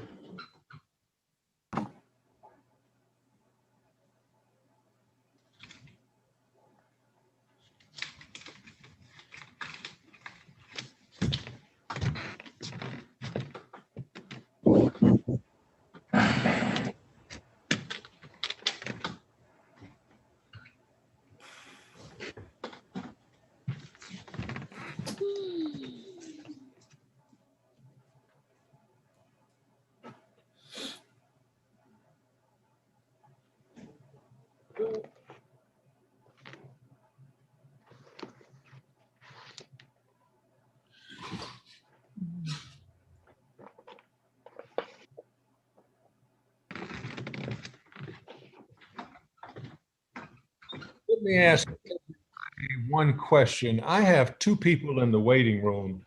One is only under the name iPhone. The other is listed as Eddie Swift, as in a person that might be interested in the Isaiah Mohammed Swift.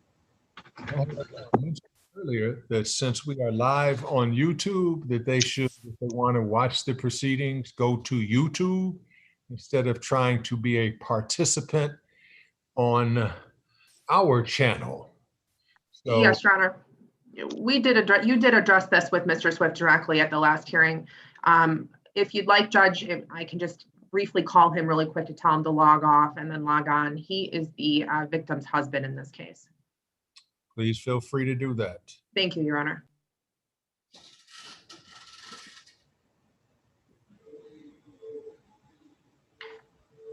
Your Honor, you're going to call the case again for me, yes? I'll be happy to call that case again for you. Absolutely, yes. Thank you.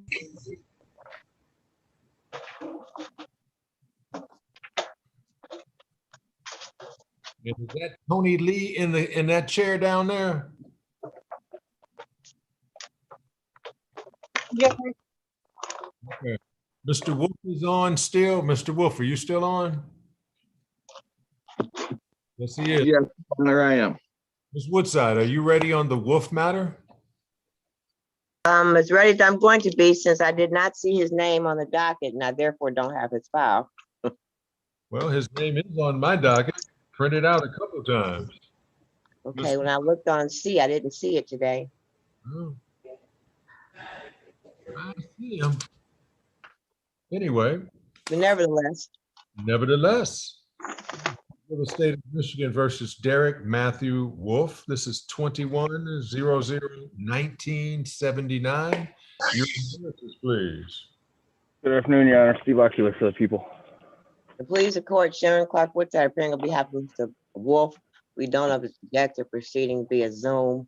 I am at a disadvantage because I don't have Mr. Wolf's file.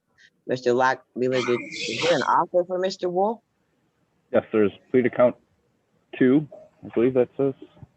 Did you send it to me? Because I can look right now. Hold on, I'm gonna have to plea to count 2, which is the OWI. Third, dismiss count 1, and 3, and the habitual with a sentence agreement, 2 years probation for 60 days, Wayne County Jail. Which I believe he's pretty much already done, 60 days in the jail.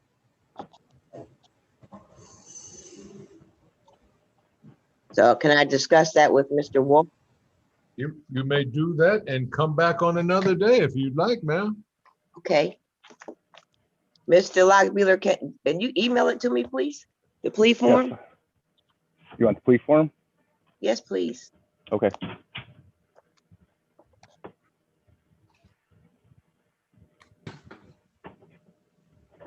So, Ms. Woodside, what Yes, kind of time would you like? Huh? This time is on your side. I'm not in a rush. Okay, can I have a couple weeks then? Because I am swamped. More than a couple weeks, man. Okay, whatever the court's gonna give me, I'm taking it. Okay, let me give you something. We'll put you back on a jail call so that whenever I see you, since we're rotating people in the chair, that will be the 21st of July. Okay. You know, Mr. Wolf is on bond. I know that. Okay. Just making sure. 21st of July. Right. Okay. On docket B. Docket B. Okay, I have it in the calendar. So I'll call you, Mr. Wolf. Okay, Better yet, just call me in a few minutes. okay, that I will do. As soon as I get off, I could. So that'll be all, Your Honor. I can be dismissed. You may. You can dismiss yourself. Absolutely. Have a Your great Honor. day. Yes. Is there anything we could change with my bond agreement? Your lawyer's about to call you or whatever. She's not on right now because she just signed off. No, Judge, I'm still here. I'm still here. There you go. So Can you tell me can I just talk to Mr. Wolf in a breakout room for 2 seconds so I can find out what he wants to do? Ask the court. say no more. Thank you.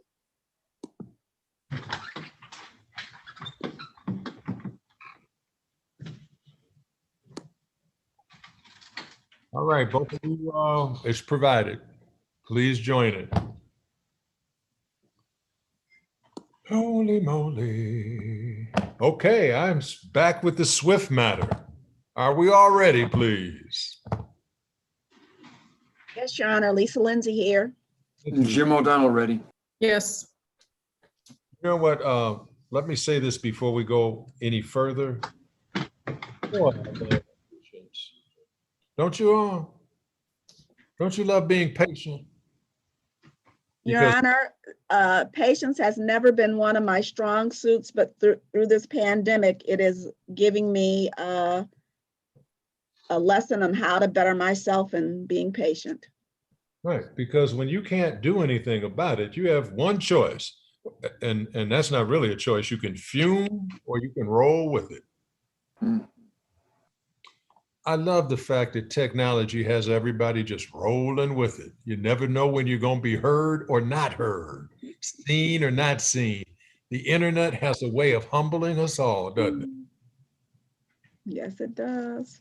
Okay, so I've read some motions. I've read the people's motion. I've read the people's response to the opposition of the motion. I've just read.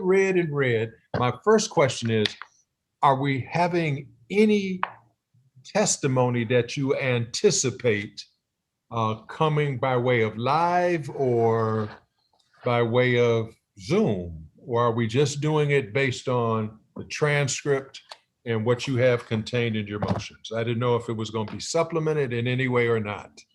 Your Honor, it would have been my preference to schedule it. I think we titled ours motion for evidentiary hearing. It would be my preference to have evidentiary hearings on all the issues. Now, whether they want to do it by way of Zoom or live, I would defer to everyone else, but I do believe that they should be resolved or by way of evidentiary hearing. Yeah, and I think the defense is in agreement with the people regarding the evidentiary hearing. And we have discussed it with Mr. Swift. We would ask that the hearing be set for in person, and Mr. Swift understands that that might take a little longer for the court to be able to coordinate given the pandemic. Okay, because I am really only in favor of in person. I think that there's only one way to do stuff, and that is to weather the storm, if you will, and have an in-person opportunity for all to be able to see, witness, and do that sort of thing. You all probably have the same information that I have, that the court thinks that Your Honor, I'm sorry. I just need clarity as to whether we're on the record or not, or are you just discussing with the attorneys right now? Everybody has placed their name on the record already. We are on the record.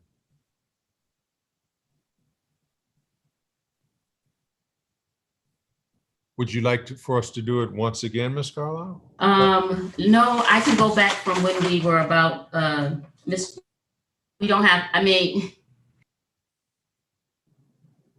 Okay, I can't hear you at all. You're going in and out. I apologize, yes, Your Honor, because this is a new record because we stopped and started this a couple times and I had their appearance about 20 minutes ago, but all of their records on this one particular transcript, if that's possible. Okay, let me just let you know that you keep going in and out. Your computer. Yeah, Zoom is not being friendly to me today. It tends to do that and I have no control. That's Zoom, it's not me, it's the computer and I.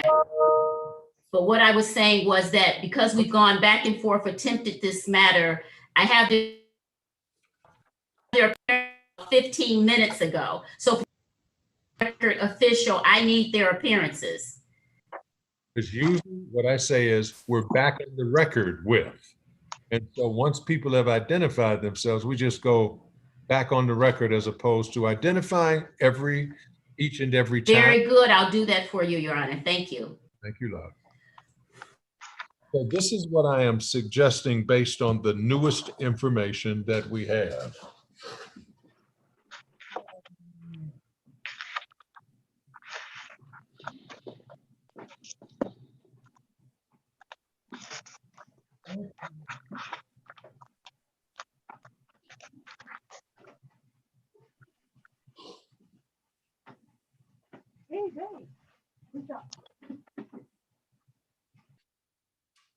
I can make arrangements if it's calendar to do it July the 7th at 9 o'clock. I can try to get permission to do an in-person on July the 7th at 9 o'clock. I don't know what everybody else has scheduled, but if that's too soon, let me know. And I can tell you another date that I can try to request permission to hold an in-person. I'm already booked up that day, Judge, unfortunately. And respectfully, Your Honor, I am out of the state the week of the 17th, so hoping we don't do it that week, if at all possible. Or excuse me, the week of the 19th. Okay, I can try to do it on Tuesday, the 13th or the 14th of July. Both of those days are good for me, Judge. I cannot on the 14th, Your Honor. I also cannot on the 14th, but the 13th works for me. Then July the 13th, it will be. All right, I'll be in an exam, but I'll let Ms. Farkas take it. And then on the 13th, then I will be singing "We're All Together Again." We're here, we're here. And you did say 9 a.m., Your Honor? Yes, I'm scheduling it for 9 a.m. and I will let all parties know today is, nope. I'll let everybody know by next Monday if I have permission to hold it in person on that day, but I don't anticipate any problems. Okay. And Judge, in terms of the defense motion, I had referenced as an exhibit the squad car video from the stop with the Michigan State Police. I don't know the preference for me to submit that video to the court, if the court would like it in a hard disk dropped off to the court, or if you would like me sent electronically. Well, excuse me. I was just thinking, since we're having an in-person exam, we could play it during the evidentiary hearing. That's fine. Ms. Lindsay, thank you for that contribution. Makes the most sense to me. All right. Thank you for your efforts in coordinating today. I will. One more thing, Judge. Yes. Mr. O'Donnell and I were able to meet with Mr. Swift at the jail, and after talking with him in person at the jail, we would be asking the court to refer this for a criminal responsibility evaluation. I will ask Mark to do that right now and provide a copy to all the prosecutors on record and all the defense counsels of record. And Your Honor, we would be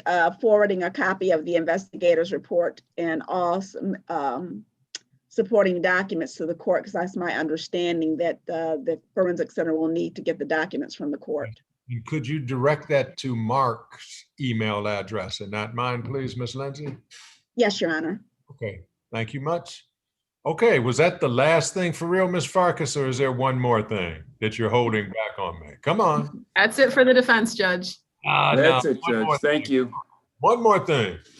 Okay, thank you all. Thank you, Your Honor. Thank Your you. Honor. Enjoy Friday Eve. Judge, who would you like next to Jail Division 2? You have Mr. Crutcher? Yes, sir. Oh, you're cooking with gas. Let's get Mr. Crutcher then, please.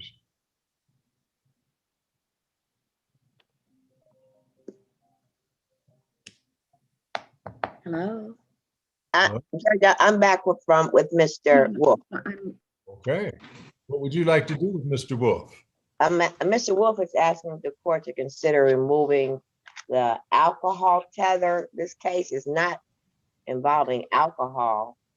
He works at a farm. He's currently blowing 7-11-3. Hold, please. Mr. Wolf is in room 1. He's asking for help. I don't know how to let him out. Oh. Let me see if I do know how to let him out. Move to main session. I can let him out. Yay. Miss Woodside, would you mind repeating where you said the defendant works? He works on a farm in Clinton Township. Thank you. Okay, we are back. People of the state of Michigan versus Mr. Wolf. Ms. Cargile. This is 1979. Okay, Ms. Woodside, you wanted to tell me something about bond based for your client, Mr. Wolf? Yes, I'm asking the court to consider removing the tether condition of bond for alcohol. The case does not involve alcohol. He's currently blowing at 7-11-3, 7, and 11. Since the case doesn't have anything to do with alcohol, I'm asking the court to remove that condition. Who's representing the people for the Derek Wolf case? Mr. Lockbeeler? Yes, good afternoon again, Your Honor. Steve Lockbeeler for the people. It appears that it does involve alcohol. That what? I'm sorry, counsel. It appears it did involve alcohol. For some reason, you sound really muffled. I can't hear you. Something out.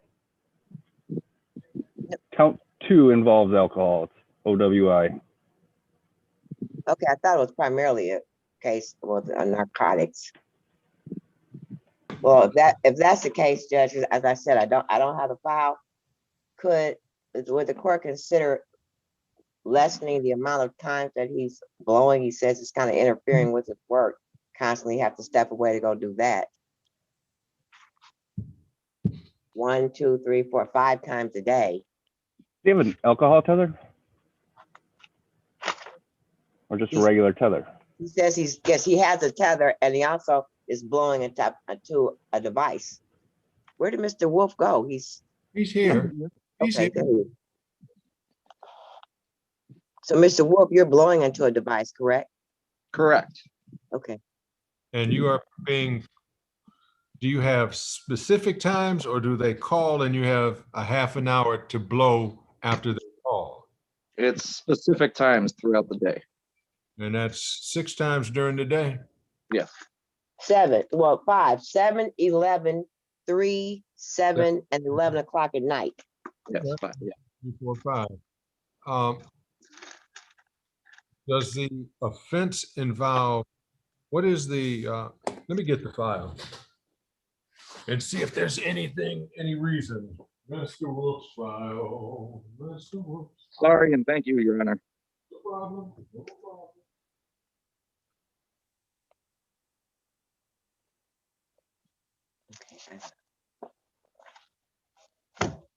Ooh, is it going on 3? Seriously? Hey, Miss Woodside, it's Miss Lindsay. How are you? Hi, Miss Lindsay. I miss seeing you.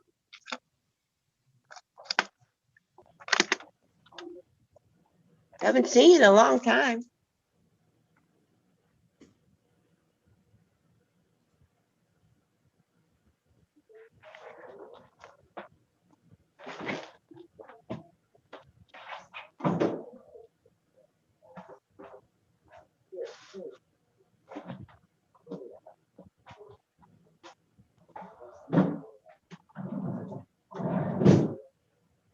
Okay, because you don't have the file inside, your client is charged with knowingly and intentionally possessing 25 grams or less of a substance known as fentanyl. Subsequent notice and operating having an alcohol content of more than 0.08. Third Okay, then felony, operating while licensed, suspended, revoked, or denied. Second offense. And so it is drugs and alcohol. And the last time you were in front of me, well, not the last time, there was a bond motion that was made on 4/27, motion for bond. It remained the same. And so I don't have anything new in front of me, do I? No, other than my client indicates, it is kind of somewhat burdensome, particularly for his work on the farm. So he's just asking, can they at least have fewer times to blow? Well, you know what? I don't think that I determined the number of times a person gets tested in the course of a day. I've never heard of 5 times. I don't know how I can control whatever kind of alcohol tether the young man is on. Can you tell the court what type you're on, Mr. Wolf? And who set the 5 times limit? You know what, Ms. Woodside, why don't you put that in a motion instead of us going back and forth? That way somebody can investigate. You'll find the name of the people that are doing the tether. You'll be able to find out whatever their procedure is. And then you can ask me to do whatever you want to based on his having successfully passed for the last 5 months, the responsibilities or the obligations, instead of us just speaking out into the air. Okay. All right. Thank you. You got your. All right. See you and Mr. Wolf later. Thank you, Your Honor. You got your next date, Ms. Woodside? For Mr. I do. Okay. Thank you. Thank you. All right. Your Honor, if you could assist me in giving me the substance, the name again, the drug you broke. Fentanyl. Thank you. My pleasure.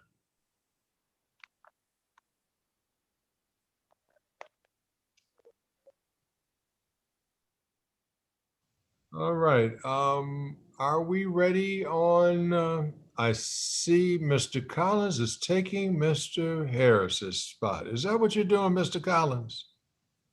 That is correct, Your Honor. He found some shoes bigger than his to fill them footprints, huh? Comment, Judge. Imagine that. My man went and found some bigger feet to put in his footprints.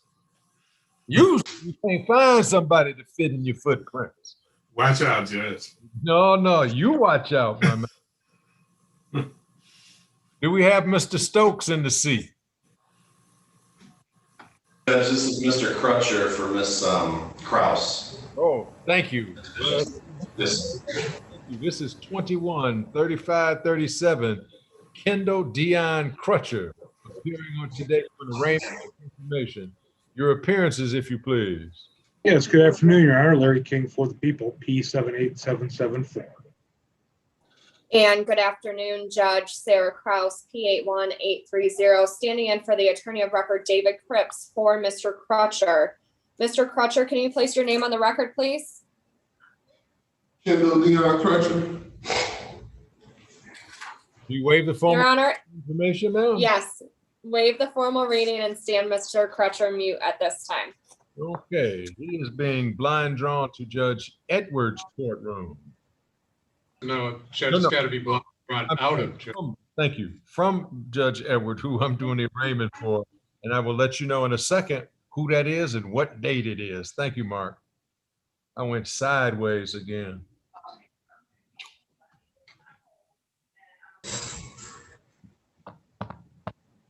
Okay, that is Judge Thomas Hathaway.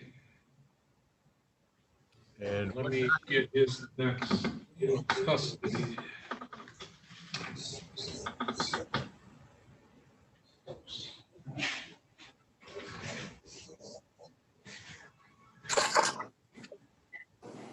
It looks like his next in custody is June the 15th on the C docket.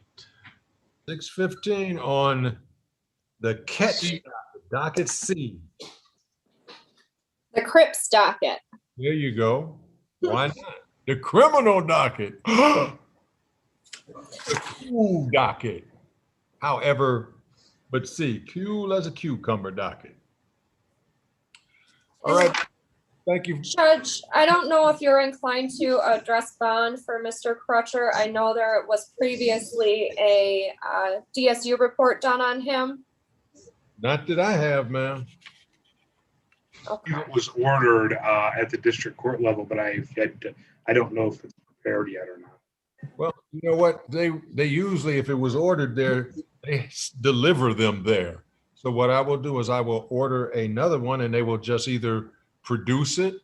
Mr. Crutcher, did anybody speak to you in the jail that was from the pretrial?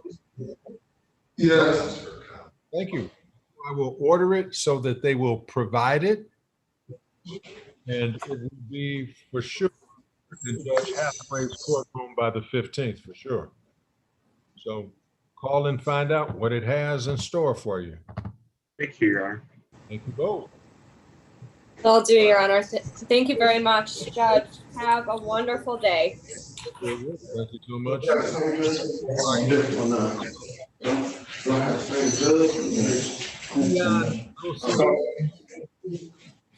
This is Mr. Stokes, Your Honor. Have a seat, sir. Thank you for Mr. Stokes. Mr. Stokes, welcome back, sir. Yes, sir. Thank you. We are back on the record for 21-28-32. Michael Leon Stokes. Your appearance for the record, please. Good afternoon again, Your Honor. This is APA Larry King, P78774 for the people. And good afternoon, Your Honor. Harold Collins, P56805, standing in for the attorney of record, Mr. Wyatt G. Harris, with permission of Mr. Stokes. Is that correct, Mr. Stokes? Yes, sir. All right, state your name for the record. Michael Leon Stokes. Thank you. So I have Mr. Stokes today scheduled for a calendar conference. Mr. King, have you had a chance to engage defense counsel in any sort of meaningful exchange of ideas? You know, Your Honor, I will say this case was recently just assigned over to me from the prior APA who took a different assignment in our office. I've had a chance to review the case. I did touch base briefly today before coming on the record with defense counsel, but there haven't been any substantive discussions by way of plea discussions yet. Okay, well, let me first thank you for the information that you provided earlier, that you were live with Mr. Harris at a different location trying to find Mr. Harris. Mr. Collins, Mr. Harris was on and we couldn't get to Mr. Stokes. So this has been a musical chair of sorts, and it would be funny, except it's with something serious. And Mr. Stokes has been very cooperative and understanding the limitations of Zoom. So I just appreciate everybody's patience in trying to bring this matter to where it is. I don't know, Mr. Collins, what the plan is, but I have the 9th of July and the 13th of July and the 21st of July as possible in custody dates where that you can provide to Mr. Harris to see if the exchange of information can be completed, if there's any motion to be filed, that kind of information. I would suggest perhaps the 21st of July because that gives us a little more than a month from now, because the other dates if we're anticipating the 4th of July coming up, the 9th and the 13th to me seem a little rushed. Fortunately, Your Honor, I will say the 21st of July is my anniversary. I'm going to be camping in the UP. I won't be able to join the court that day. I apologize. No, not apologize for having a good time while all the rest of us are down in the mitten, and you're going to be a Youper for the day or for the week? For a couple of days. For a couple of days. Cool. Your Honor, there is one other matter that I wanted to address with the court, if the court has a moment. Okay, let me get a date first. Mark, you said the August date that was my next, I'm looking for right now. What do I have of my first in custody in August?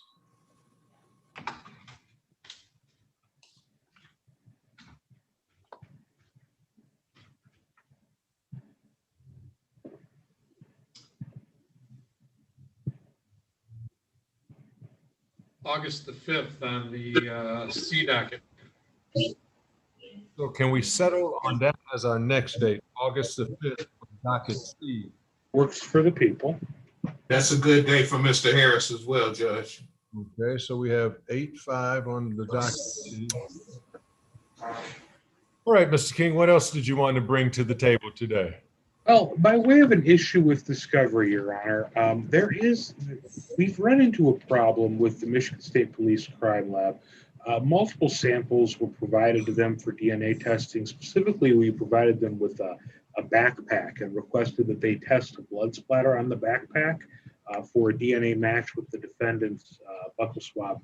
They have refused to do that. The Michigan State Police Crime Lab is not willing to test that. I was hoping to seek a discovery order from this court directing them to test that blood on the backpack for DNA comparison. If I have spoken with Mr. Harris regarding that, again, in the hallways of the court today briefly. It's my understanding he didn't take a position, but I'll let Mr. Collins speak to that. Any breakdown in communication between your office and Michigan State Police as opposed to a court order? I mean, what's happening?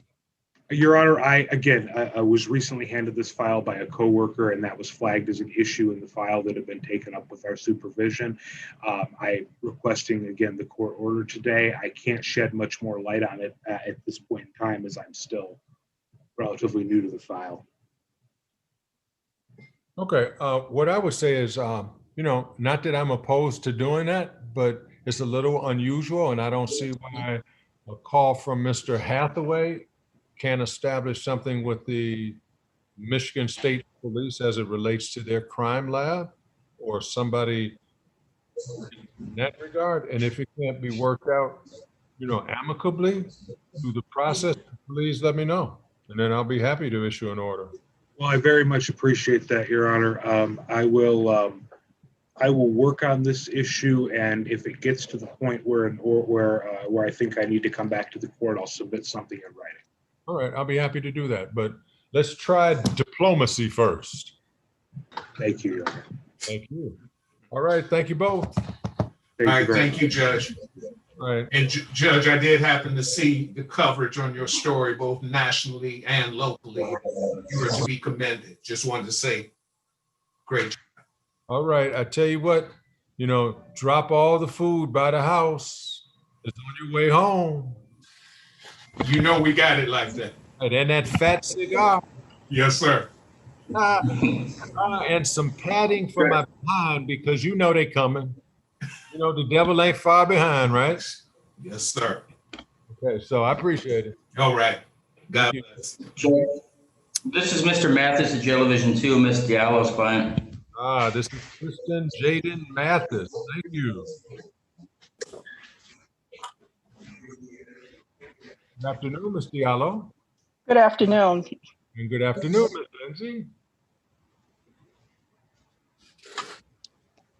Good afternoon again, Your Honor. Thank you. This is People of the State of Michigan on 2021-27. Tristan Mathis. Your appearances. Good afternoon, Good Lisa. afternoon. Lisa Lindsay on behalf of the people of the state of Michigan, P number 39570. Good afternoon, Judge, to you and your staff, Lillian Diallo, P52036, on behalf of Mr. Mathis, that comes to us from the Wayne County Jail Division 2, 7th floor via Zoom technology with consent. Okay. Are we ready to move forward? I know we had some adjournments because of some just busyness and the way that the court has been functioning. May I, Judge? Yes, please do. So the last time we were present in court, you signed a subpoena to get medical records for Mr. Mathis. As of 2 days ago, I received the call from the mother. They would not release the records. They indicated, and when I say they, it would be the people, the record deposition services that deal with the Detroit Medical Center. They said that that was not a valid signature on the subpoena and that they did not see Mr. Mathis's birth date. The mother cured the birth date issue. However, I don't know what I can do at this time because Your Honor wanted to see his medical records before we went on to a bond hearing in this matter. So whatever guidance you can give me, Judge, I would appreciate it because I've been trying all afternoon. If there's a person that gave you that information. Yes, sir. Give me that person's name and phone number. Can I email it over, Judge? You can send it in the chat, do however you would like to do. Okay. Just 1 second.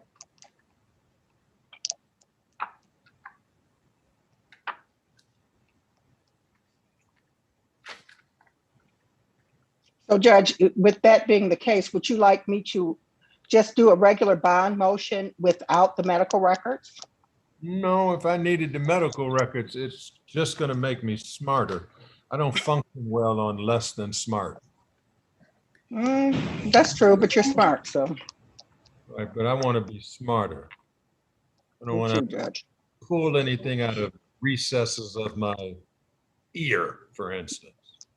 So Judge, I'm sorry, I'm just pulling up the, yeah, you absolutely did sign this on and sent it back a long time ago, Judge. June, so now here we are on June the 7th. So I'm going to send that over, if it's okay, to the clerk's email address. Okay, that's fine. Okay, and so what do you propose that I do now? I think that it should not, I don't know if they will scan the stuff, but what I will do is when I get that, make a call today, and if then the records department, for whatever reason, or this person isn't available, I'll give them 24 hours to get back with me, and then I will let them tell me what day the records will be produced. Are you picking them up in person, or is the mom going to pick them up? So what happens is they won't let us get them in person, so everything is electronically. So the mother has been very diligent in this particular case. So I must commend Ms. Mathis on her advocacy for her son. But they're going to send them over, I think, electronically. If I showed you what they sent me, Judge, in the mail, you would be appalled. No, I just didn't know if they felt secure in sending medical records electronically without them being encrypted. That's all. So I will have them sent to Mr. Ulatowski, and then I'll ask him to forward it to the two of you, the medical records. Okay. That way I won't get involved and it won't be hanging on my address. Yeah. Thank you, Judge. I appreciate that. And last but not least, I'm going to ask Ms. Lindsay, after we have our hearing, that you destroy your copy because I'm going to destroy my copy. Yes, Your Honor, we have a very active shredder up here that gets a lot of use. So, because we have to shred all the liens once the cases are over. So I will do so. Okay. And Judge, just so I know things are going to be very competitive for in-person motion dates. I do have a motion pending, a jail call motion. I'd like to sort of get on the queue so we don't have to wait on that.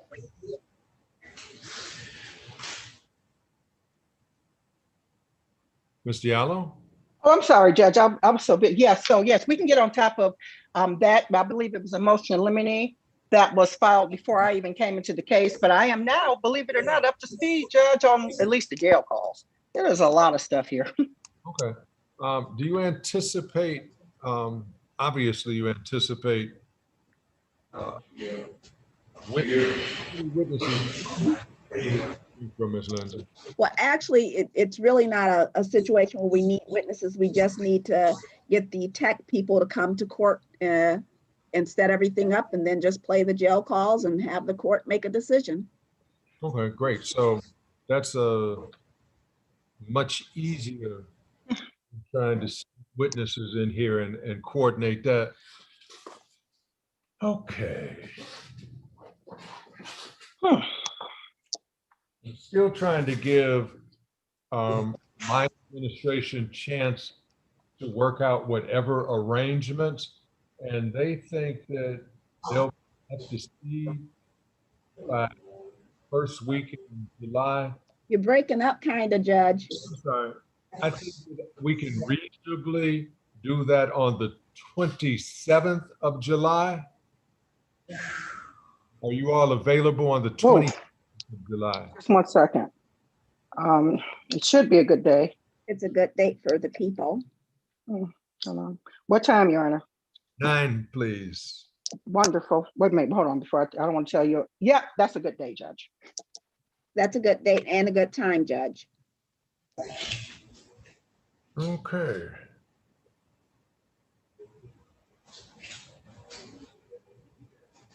And so that I'm clear, all Your Honor is going to do is listen to the jail calls to make a decision on whether the transcripts come in, correct, Ms. Lindsay?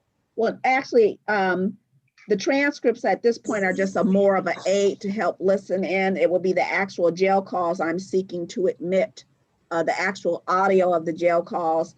And I will make a determination before the hearing date whether I'll actually be asking for the transcripts to be admitted also.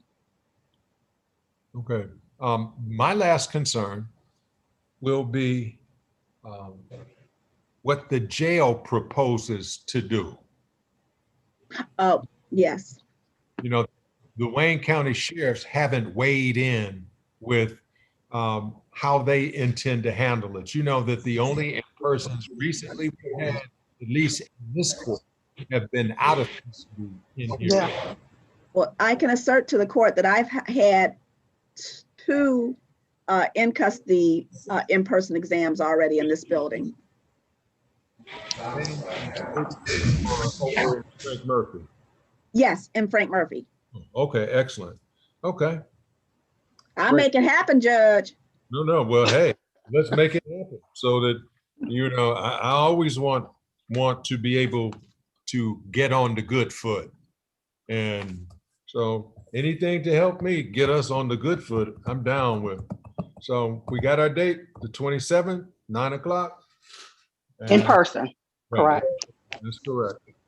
Thank you, Judge. And as I join everybody else, that story that is inspirational, every human being needs to look at that to understand there is worth in everybody.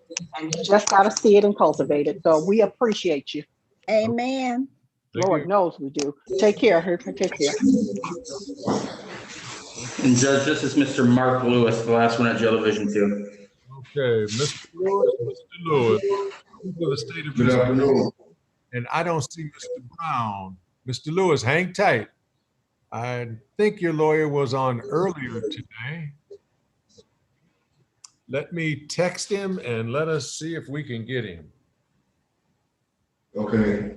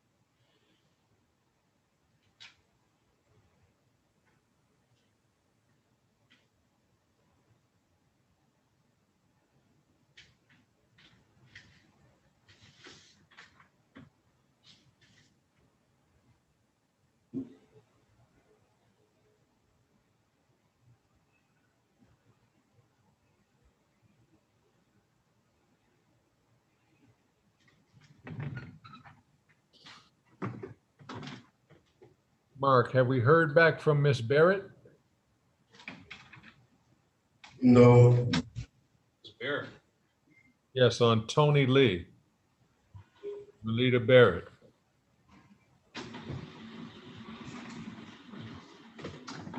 Send her an email.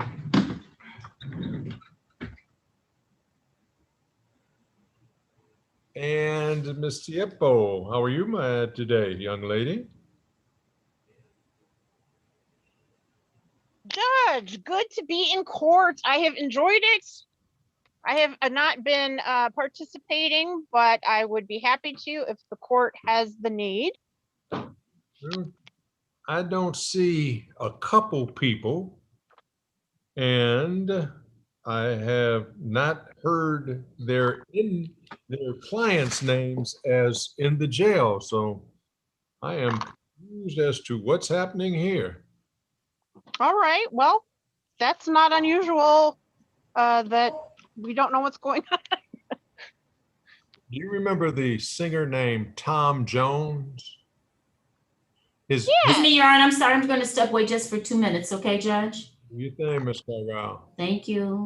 Yes, Tiempo, his famous song was, "It's not unusual to be loved by anyone." That's right. That does sound familiar. Right. He was singing "It Ain't Unusual" a long time ago. Right. So that's true. Things have not changed. But we are waiting for Mr. Brown to respond. I have a Gabi Silver on an arraignment that I thought one of her lawyers was going to do. And I haven't heard of Pete. I don't. May I jump in, Your Honor? Scott Nadeau. But you know, man, who are you representing today? Well, that's a good question. We had a waiver 3 weeks ago at 36th District. It was assigned to be set for an AOI for today. He's not on the docket that was posted online. I called the clerk. They were able to track him down to possibly be in Judge Shalinsky. However, Judge Shalinsky hasn't been on Zoom all day and nobody's been answering the 2 phone numbers I have for him in his court. So rather than have my client possibly get backed up here with a capias, I decided to jump into this courtroom, which had a long list of AOIs, and I figured maybe I could get some help in here. And I've been patiently waiting because I know that this is an unusual thing, and I figured maybe get to everybody else's business first. You mean like if we were in person, you would just stick your head in a courtroom? That's exactly it, Your Honor. Oh, so I don't like to take no for an answer. I even kept my tie on today.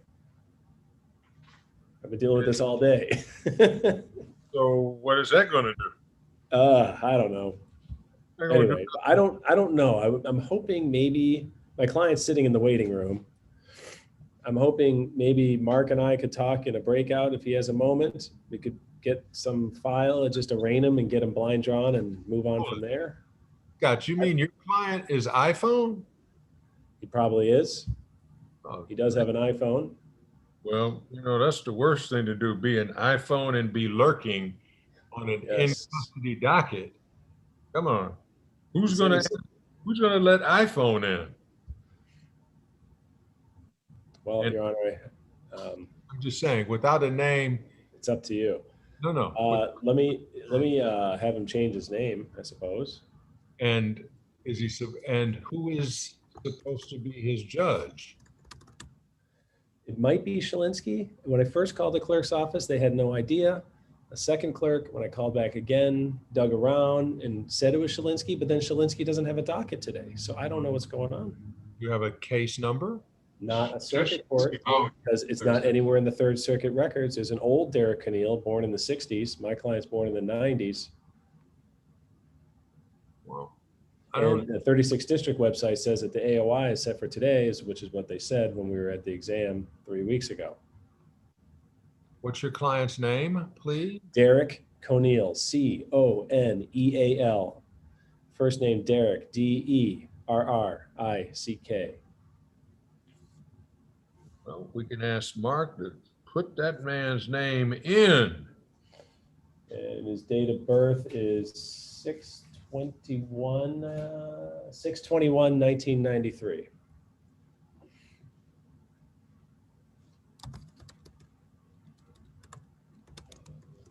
Only Derek O'Neill coming up was born in 1965. There's I know. two cases. I know. I don't know what the clerk was able to see that you're not able to see or I'm not able to see. Well, I don't this know is what to what I have to say. If I don't have a case number, I don't know how I can do anything. I don't know what to do. Let me call the clerk's office if you don't mind. I'm gonna mute myself and I'm gonna see if they can give me a case number. And I'll stay on hold if you don't mind. Suit Do yourself. you use an alias by any chance? Pardon me? Do you use an alias by any chance? Spell his first name any differently? He is charged with using with an identity theft because he used a fake name, but they still have him in as Derek O'Neill. I got a CTN here, 82. Is that the CTN?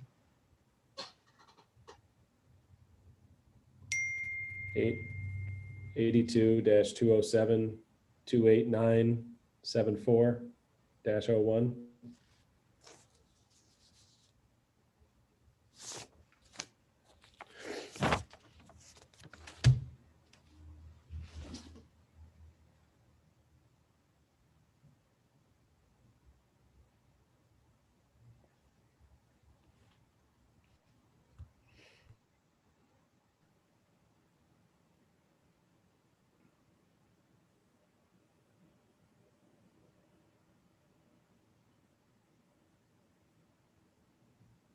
Coming up with anything newer than a 2017 case, and that's on a Darius Conley.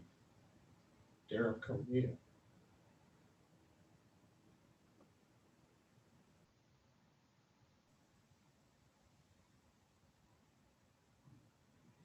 Excuse me, Mr. Marker, Judge. Yes. This Officer Cotton from the jail. Did Mr. Battles' lawyer ever check in? No, we're waiting for a call back. Okay, thank you. We're trying to be patient, and I appreciate your patience because No we literally we're just sitting here. Okay, thank you. No, thank you for asking and for your patience.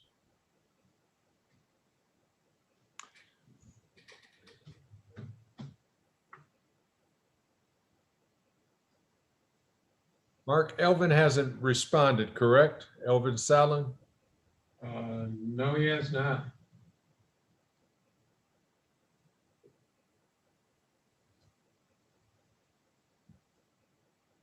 And have we heard from Jasmine Rippey on DeJuan Henderson?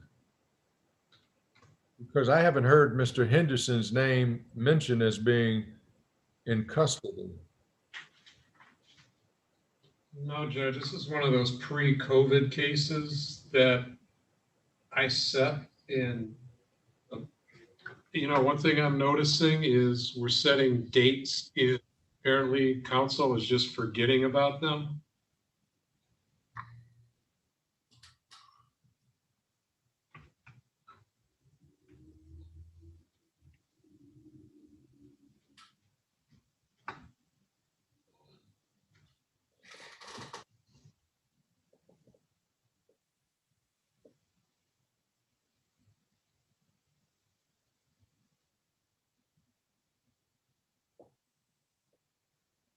I probably gave her a call back in April on this, and I didn't put anything on the docket unless I got confirmation from them that they were aware and that they were going to be here. And apparently Mr. Henderson is out on bond.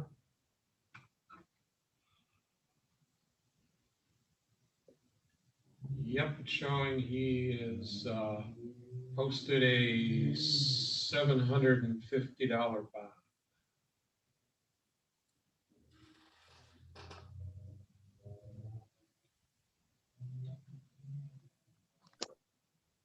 I'll send her another email, Judge.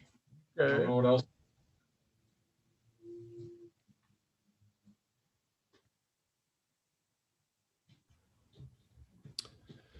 Judge, I think Rachel Ann Morris is in Oakland County Jail. At least she was, and I haven't seen them on, or Mr. Holler. Oh, yeah, that case, as crazy as this sounds, we didn't set up an appointment with them. And we realized that earlier today and just we're gonna have to schedule that for another date. Okay, so I think my only other one would be, Keon Wilson Olis. no, Mark Lewis. Or maybe not. I'm sorry. I have sent Mr. Brown a text. I remember him being on earlier and have no idea how come he hasn't answered my text. Hey, Judge. Yes. The jail just called. They said they had a power surge over there and they are down. And they don't know when they'll get back up. They got to reboot everything. Well, We just flickered in this building. I don't know if you saw that or not. and so the only person we have is that Stephen Alexander Battle still with us? This is Mr. Lee in the chair, and we also have Mr. Battle. Right, you have Battle and Lee, right? Correct, yes. And I can't, geez, Louise, I can't raise either one of those lawyers. Now, Mr. Battle said he also has a hearing scheduled for tomorrow. Do you all see anything about that anywhere? I'll find out in 2 seconds. All right. Mark, do you have anything for Mr. Battle for tomorrow? Hold on. Mr. Battle, that's a Bridget Hathaway case, Judge, that we were just going to do the AOI. I was going to go right back to her. Let me see when her next end date is. We could just set that for that date. As a matter of fact, her next date, that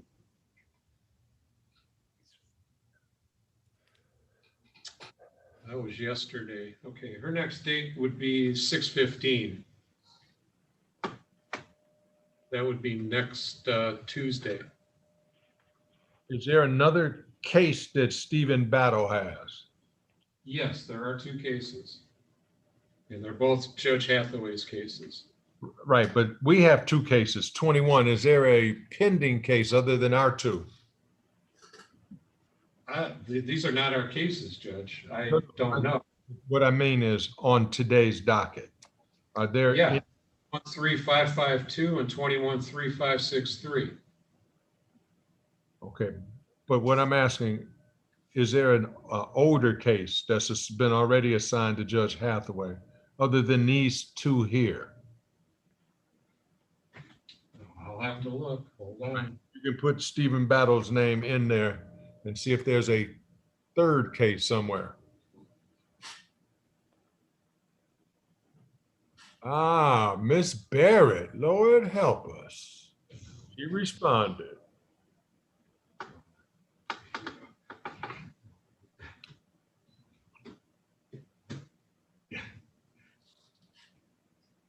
And then she left. I let her in and she's gone. I'll let her in.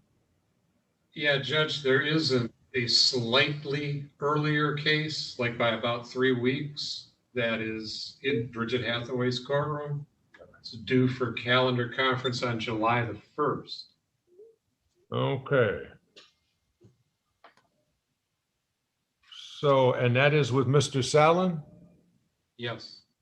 Okay, so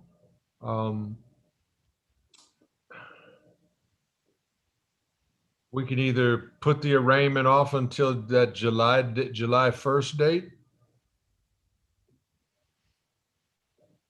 We could, but my guess is sooner or later, court administration is they're just looking at the day count, and they're going to throw it on somebody's docket before then, because that's kind of what they do. So I can't adjourn today's until that July date? They're going to still. You can. I'm just saying that it may end up on a sooner docket, though. That's all I'm saying. But these are her cases, though, correct? Yes. I don't know why they would reschedule it if I. He's like, you know, and there's supposed to be a rain within 14 days. Nope, I got you. Would you like to just stand in for an arraignment on the information for Mr. Battle with the cases going to Judge Hathaway, to a lawyer Yes. who already has them? Of course. Okay. And Ms. Barrett, are you prepared on Tony Lee, ma'am? Yes, Judge. I think we're just setting there for dates because I don't have a plea offer for him yet. Judge Jail just said they're back up, so they should be coming back online any minute now. Okay, young man seated in the jail. What is your name, sir? My name is Stephen Alexander Battle, Your Honor. Hey, Mr. Battle, these are cases 21-35-52, 21-35-63. Would you give me your name once again, please? Stephen Alexander Battle. Mr. Battle, your lawyer is Elvin Sallin, is that correct? That is correct, Your Honor. Okay, on this case, on these two cases, I'm sorry, he has not come into the Zoom room. These are scheduled for arraignments on the information. And since you are already been assigned on the case that's scheduled in July in front of Bridget Hathaway, these two cases are going the same place to be heard on the same day. I'm asking a lawyer that is present today if she would stand in for Mr. Sallin and asked her to be waiving your right to a hearing, told what you're being charged with.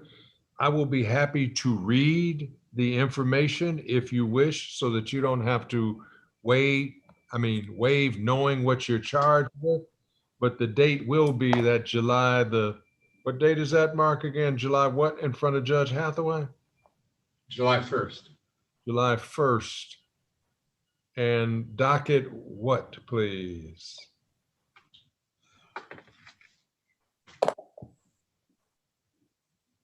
That is the C docket. Okay, docket C. So, Mr. Battle, would you like for me to read the information that you were bound over on in the two cases that you're being charged with today? That's fine. I'm aware of what was bound over, Your Honor, but if that is fine with you, I have no problem with this. Well, you can waive the formal reading if you know, or I can read it to you so that you will know. But if you know, you have the option of having me read it, or you have the option of saying, Judge, I know you don't have to read it. You may waive it, Your Honor. Thank you. So I will waive. I'll waive it. Excuse me. Okay. I'll waive it. I'm sorry. Mr. Battle wants to waive the formal reading. Is that all right, ma'am?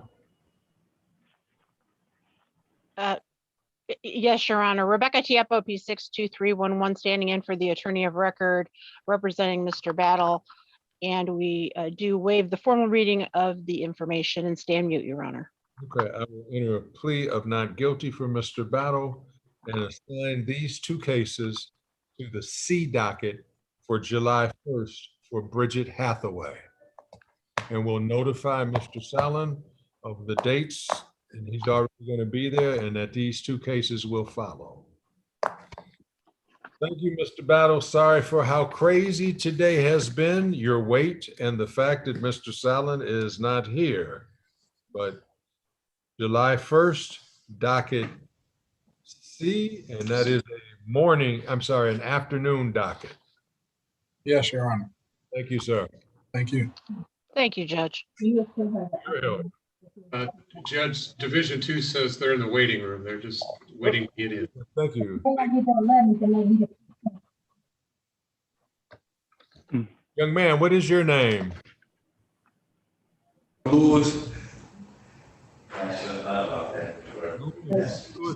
Haven't gotten your lawyer yet. This is 20-2452, People of the State of Michigan versus Mr. Tony Romando Lee. Your appearance is for Mr. Lee. Good afternoon, Your Honor. Alexander Trinahaji on behalf of the people, P81844. Oh, good afternoon, Lady Baird on behalf of Tony Lee, P43238. Okay, what is our posture today, young people? Your Honor, I did speak with Ms. Barrett last time, and she did give me permission to state to Your Honor that she was in agreement with the competency report. However, I would just for procedural purposes, just ask her to confirm that on the record that she does stipulate to the finding that the report that Mr. Lee is competent to stand trial. Judge, that is correct. He did speak to me and I did agree and stipulate to the competency. Mark, do I have a copy of that, sir, up there? Let me look.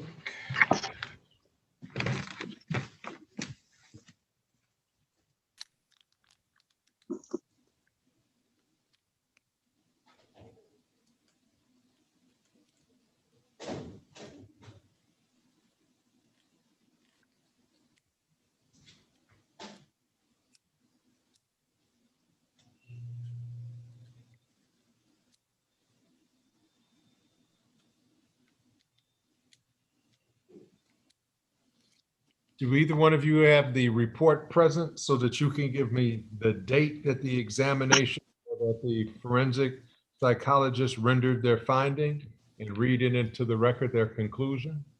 Just a moment, Your Honor, I have it. Yes, on February 5th, 2021. Opinion, it is my opinion that Mr. Lee should be regarded as competent to stand trial.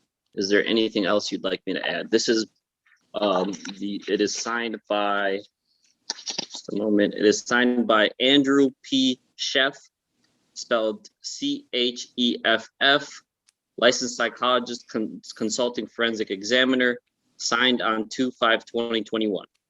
Thank you, sir. And that's the report that you're stipulating to, Ms. Barrett? I can't hear you, ma'am. Yes. Okay, and you're not asking for an Yes. and you're not asking for an independent, is that correct? Yes. So was there an offer then, Mr. Kwanachi? Yes, Your Honor. I apologize. It is to plead to count one, assault intent to murder with a sentence agreement to 15 to 30 years MDOC. Peace.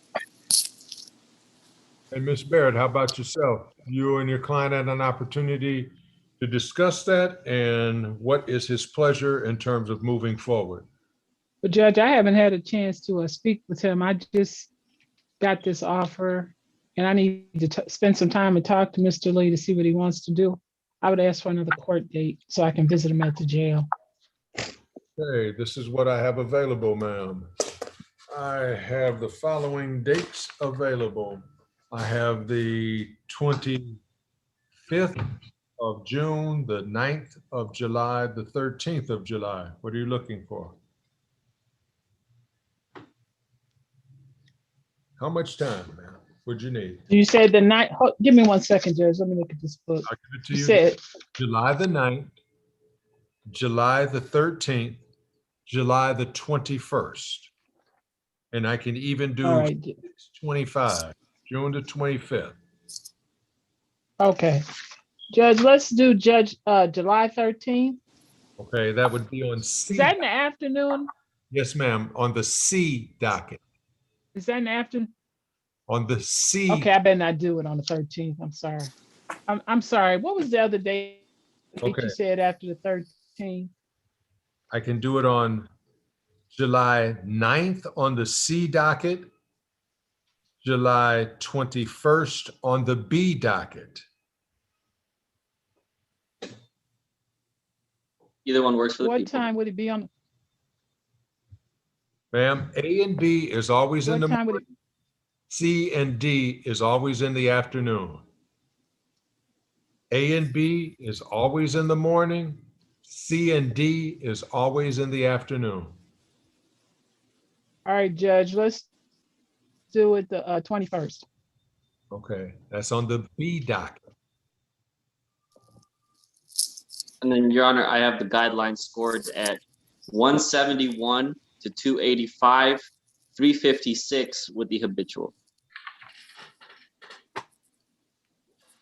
All right, I will see you all back on 7/21 on the B docket. Thank you, Your Honor. Thank you. Thank you. Okay, prior to the plea is to dismiss the habitual, correct? Yes, Can you send me the plea form, please? not a problem. All right, thank you. Have a good day, Judge. You too. Oh, thank you. All right, what did you find out for Mr. Cornell? Well, I have a case number. Thank you. Thank you, Division 1. Appreciate your help. No problem. You all have a great day. All righty. I have a case number now. Mark, were you able to- 21 Okay, continue. dash 003178. I also learned that they moved the date without telling me to July 20 to June 21st in front of Judge Linsky, but they've also have some other attorney on the case, which doesn't make sense because I'm the one who's been appointed. Okay. Is there any chance, since we have Mr. Conneal and me here, that we could just get our blind draw now, since we've been doing this all day? Well, I would like to take it, but then I would be snatching the jurisdiction from somebody else. If you had. Probably going to bring it up. Probably going to bring it upstairs anyway from Judge Linsky, but I'll proceed as you wish. What was that 213078? No, 21-3178. I mean, I could put you on Shalinsky's docket sooner than June the 21st. Let's see what I got. Where'd my phone go? I need my calendar. Sorry, Your Honor. I can ask Mark what his next out of custody date and give you that instead of the 21st.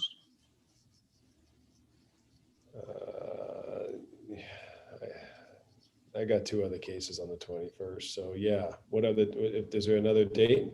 I'm going to ask Mark to let us know.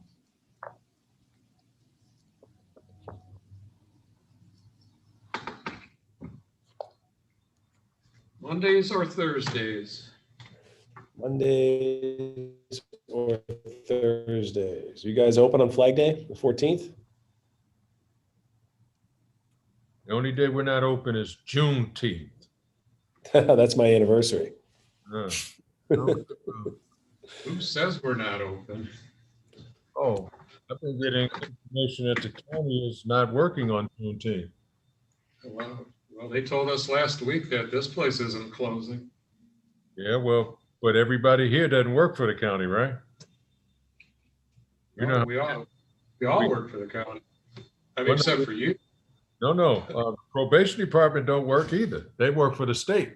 That's what I'm saying. Everybody works a little differently, but. So, Mark, you said Thursday as well as the 17th. Can we move it to the 17th? That'd be a great day for me. I have another AOI that day. I mean, in the morning.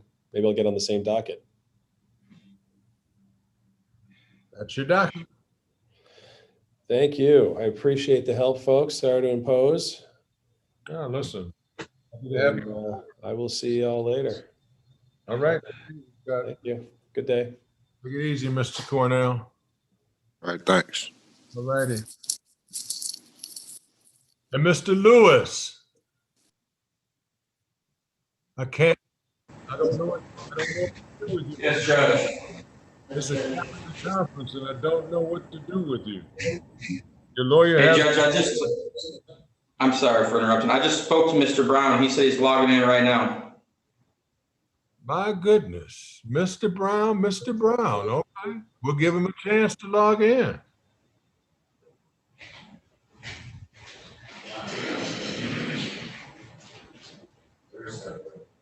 Your Honor, pardon the interruption. This is the third time I've waited till the end of the docket. Have you heard it all from Mr. Rippey or Mr. Henderson? I have not heard from Jasmine Rippey or Dewan Henderson. So how would the court like to proceed? I'll think about it in 2 seconds while Mr. Brown gets on so we can deal with our in custody docket because. Understood. All right.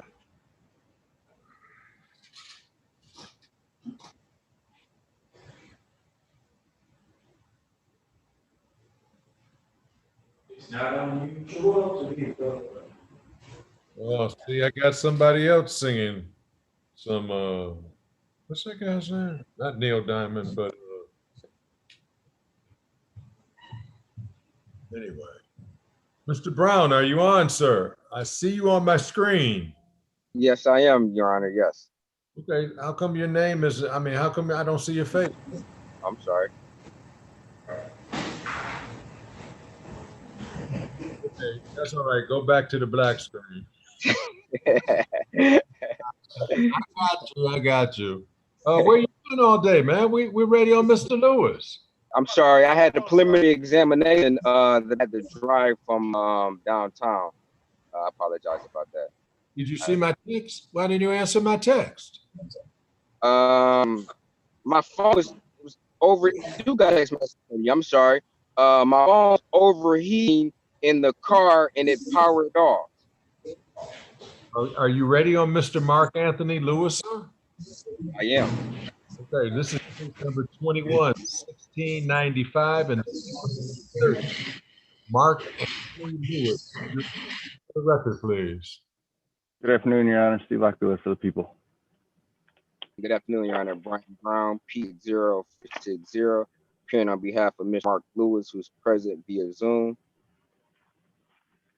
Okay.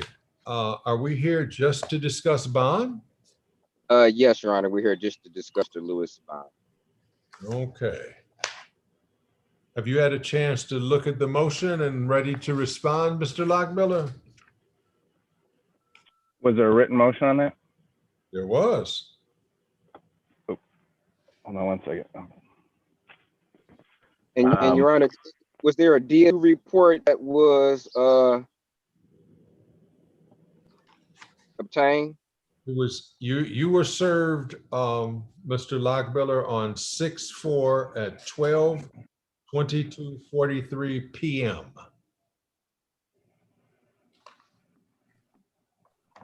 That's Let me what find it. of service says. I was served on the same day. I'm going to proceed with it while I'm looking it up here. Well, do you have anything other than this content? Yes, Mr. Brown, there was. This is the same report that was referred on May the 26th for an investigative summary. They submitted it to Judge Archer in the 36th District Court on, they say, March the 26th. So yes, this is the March 26th one that has been forwarded to this court. So. Okay. What do you want me to do? Read you the recommendation? I'm not sure if I heard the recommendation. If the recommendation is to lower bond, then I would. That is not what it says. Their recommendation is no action. Okay. Well, Your Honor, did you get a chance to read the transcript? I am ready. Of course I read the transcript. Okay, great.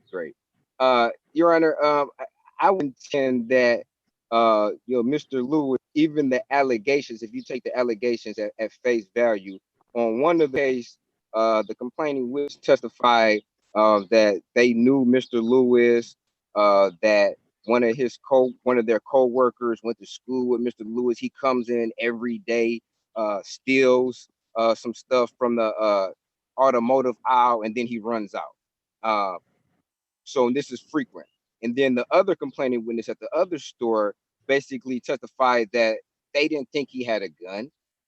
When I asked her, like, you didn't think he had a gun? And she was like, no, she wasn't really scared because pretty much it was the same alleged activity for Mr. Lewis that he comes in allegedly every day, steals from the aisle and runs out. And the allegations were that he said that after she blocked him in the store, which was false imprisonment, but that's, something else, that he said he motioned or gestured that he had a gun or something like that. I said, I don't want to use it or something to that effect.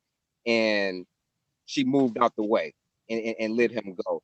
So, Your Honor, I would contend that Mr. Lewis is not out robbing stores. At the very least, I would say, and I contended at the preliminary examination that, at best, this is maybe a larceny from a building. I don't think it has the characteristics of an armed robbery, as Your Honor may have be pretty used to seeing across your docket, Your Honor. So I would ask that Mr. Lewis bond to be reduced. I have had a conversation with his mother.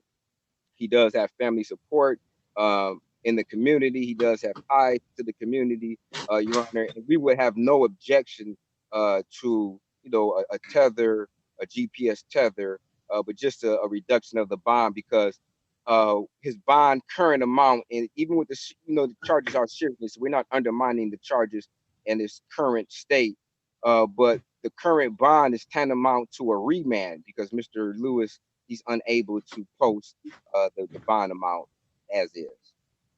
He would be much able, and he would be able to assist in his defense much better on the outside, because it's hard to communicate with Mr. Lewis with the COVID restrictions. Sometimes the jail is on quarantine and you go down there and they won't even allow you to see your client. You have to call to see if his particular ward lifted off of quarantine. So, Your Honor, with all of that, I just ask for a reduction of Mr. Lewis' bond. Mr. Lockbrother, anything you want to add, sir? Well, the people would oppose any major reduction based on the DSU report for no action. I would ask you to adopt that recommendation. However, if you are inclined to reduce bond, I would ask for that GPS tether and no contact with Family Dollar, obviously. Other than that, that's it from the people. Okay. Anything else, Mr. Brown? Nothing further. Mr. Lewis currently is on 2 bonds for 2 cases of armed robbery. The bonds are 100,000, 10% on each of them with no contact. He is not charged with felony firearm. In the motion, you aver, Mr. Brown, in little number 2, A number 2, the witness testified that she did not really think he had a gun. On page 8,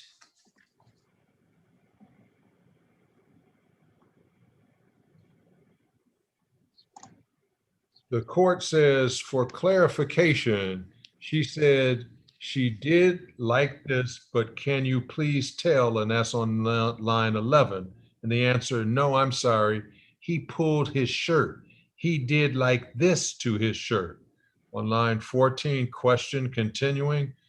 When he went in his shirt, what was there? Answer on line 16, he pulled out a gun. On line 17, question, he pulled a gun out from his shirt. Line 18, answer, uh-huh. Question, and the court then interposes, is that a yes, ma'am? Yes, I'm sorry.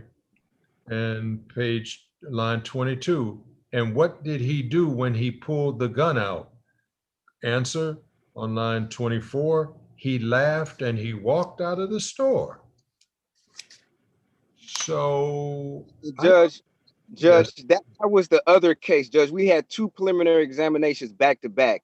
And that was for one of the transcripts. And I admit that one of the witnesses did say he lifted up his shirt, but there was another transcript for another preliminary examination for the other case where the witness stated that she didn't think she had a gun. So I do admit that this complaining witness and that transcript did admit to what you are saying, but there's another transcript for another preliminary examination. It's which I was referring to. Okay, but yes, but that's the one that I'm reading. That's 1730. 271370. Right, Okay. that's cover both cases then? 1635, she didn't say, but in 1730, she said that he had a gun.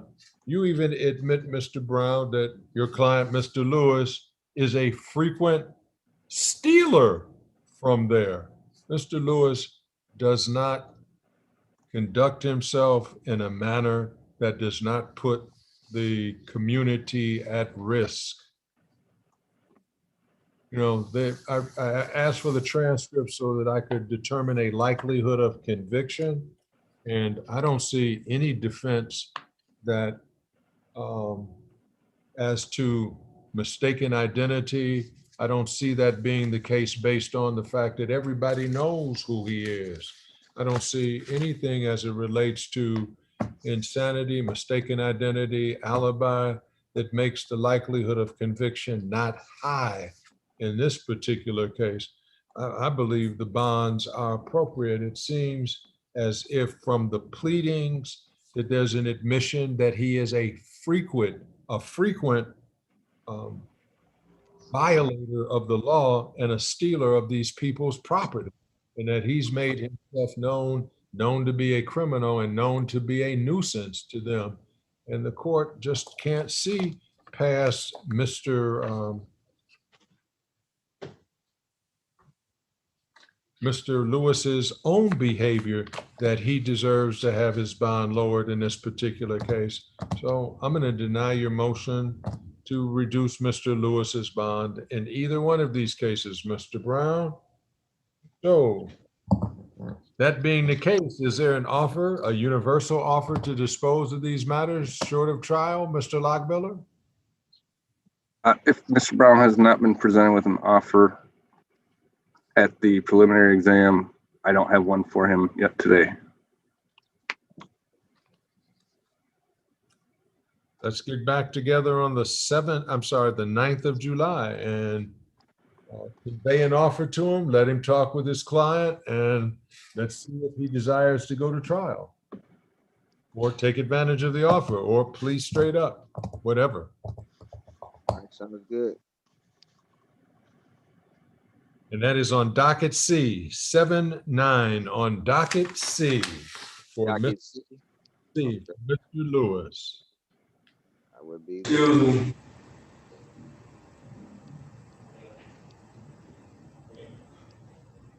All right, thank you so much. Thank you, Mr. Lewis. Thank you, County Sheriffs. I love you all. Thank you so much for your patience, Lord. Excuse me. Thank you. Can I say something, sir? Yes. Can I get my lawyer's number? And I never had a gun, sir. I never carry guns. Never. We'll talk. What was the first one? I can't hear you. I'm sorry. I was saying, can I get my lawyer's number? Do you have to sit down with? Mr. Brown, is it the number that I called you on? Yes, sir. I'll give it to him right now. I appreciate that. Thank you. Absolutely. And I was wondering if there's a chance I can get a personal bond or the tether bond. Mr. Lewis, did you listen to what just happened? You're not getting any bond. You can be in jail for a while. I don't even carry guns. You're still going to be in jail. So when can it be a chance where I can get a bond? Personal bond. You already got a bond, so you're not going to get a personal bond. Mr. Lewis, we'll talk. All right, thank you. Thank you, Judge. Thank you, I appreciate it. Yep.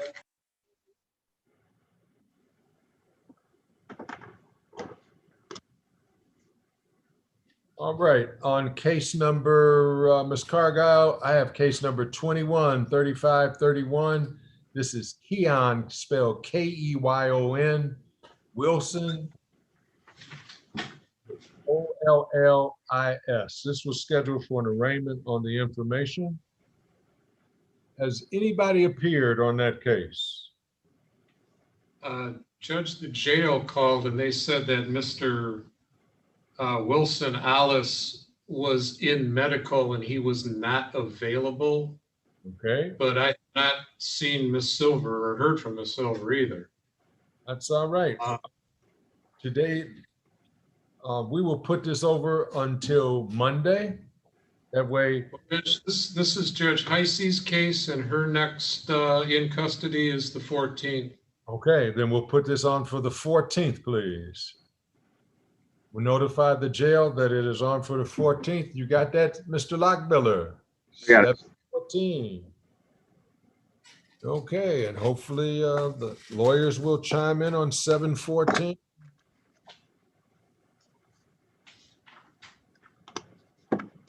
Mr. Floyd.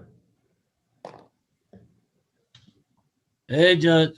Hey, thanks for hanging on. Listen, I had signed a show cause for Tracy Tucker. I'm just wondering, did it get scanned to the probation department? I haven't received it. Mark, I know I signed it and asked you to scan. I sent it last week, Judge. There you go. I haven't gotten, it hadn't made it to my desk. I'll put it that way. See, I know we scanned that booger. I'm surprised I didn't see her on first thing. I'm sorry, Your Honor, are we through with the docket or do we have another matter? We are trying to find out what to call Very good, thank you. 1984-48. All right. So you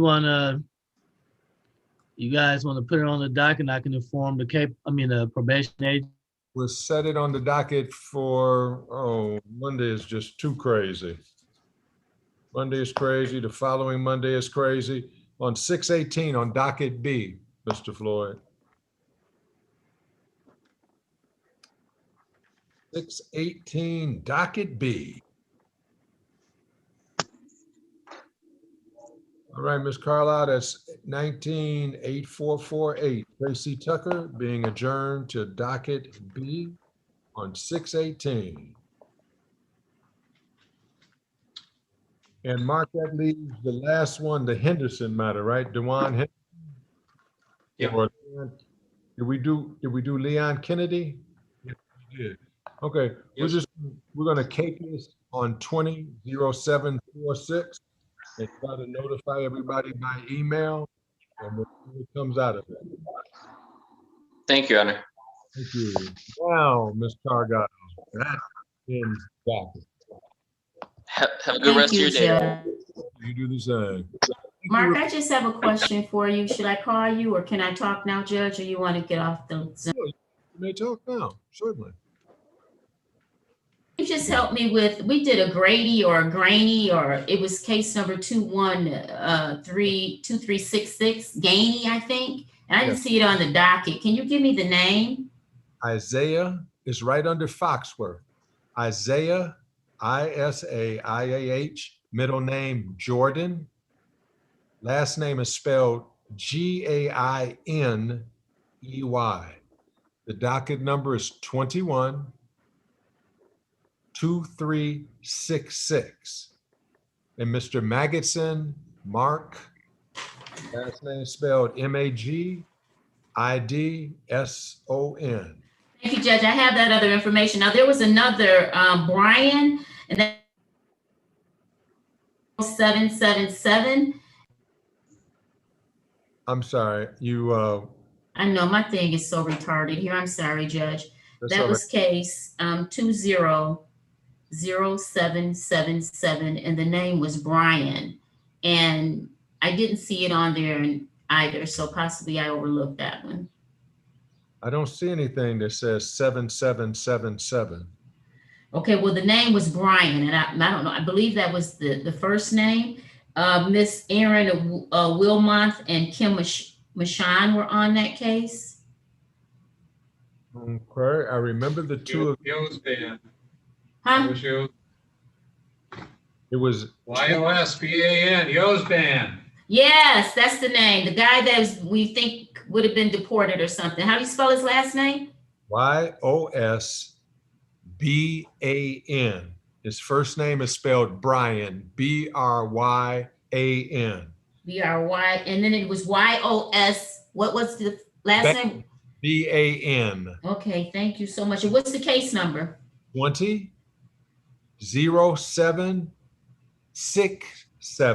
Okay, I had too many sevens going on there. Okay, so thank you. That's it. Thank you. Enjoy the afternoon. Thank you, you too. Bye-bye. All right. All set. Yeah, the only thing, Steve, is seriously, what the lawyers is saying is true. Usually they tell them in the PCC, give us the letter for your gun.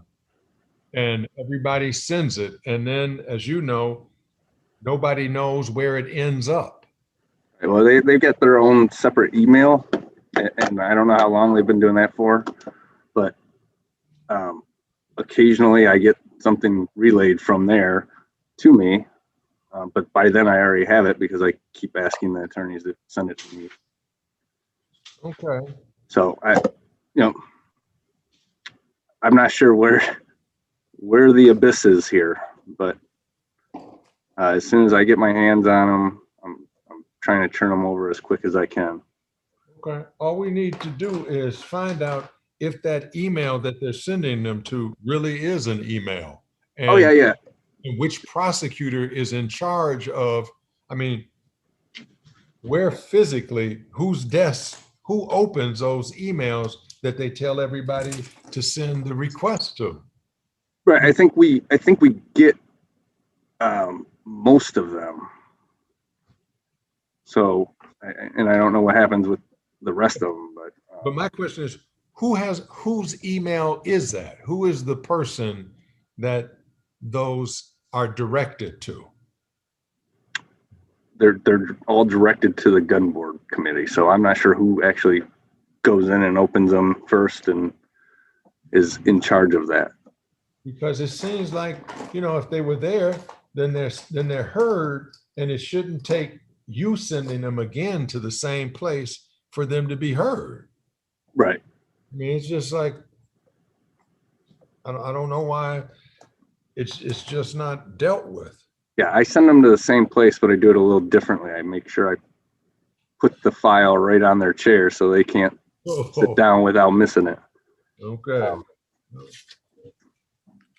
I don't know what goes on with these emails, though. Okay. Well, this is the start of the weekend until Monday. Yes, sir. Friday Eve. So enjoy the weekend, sir. You do as well, Judge Morrow. Thank you. All right.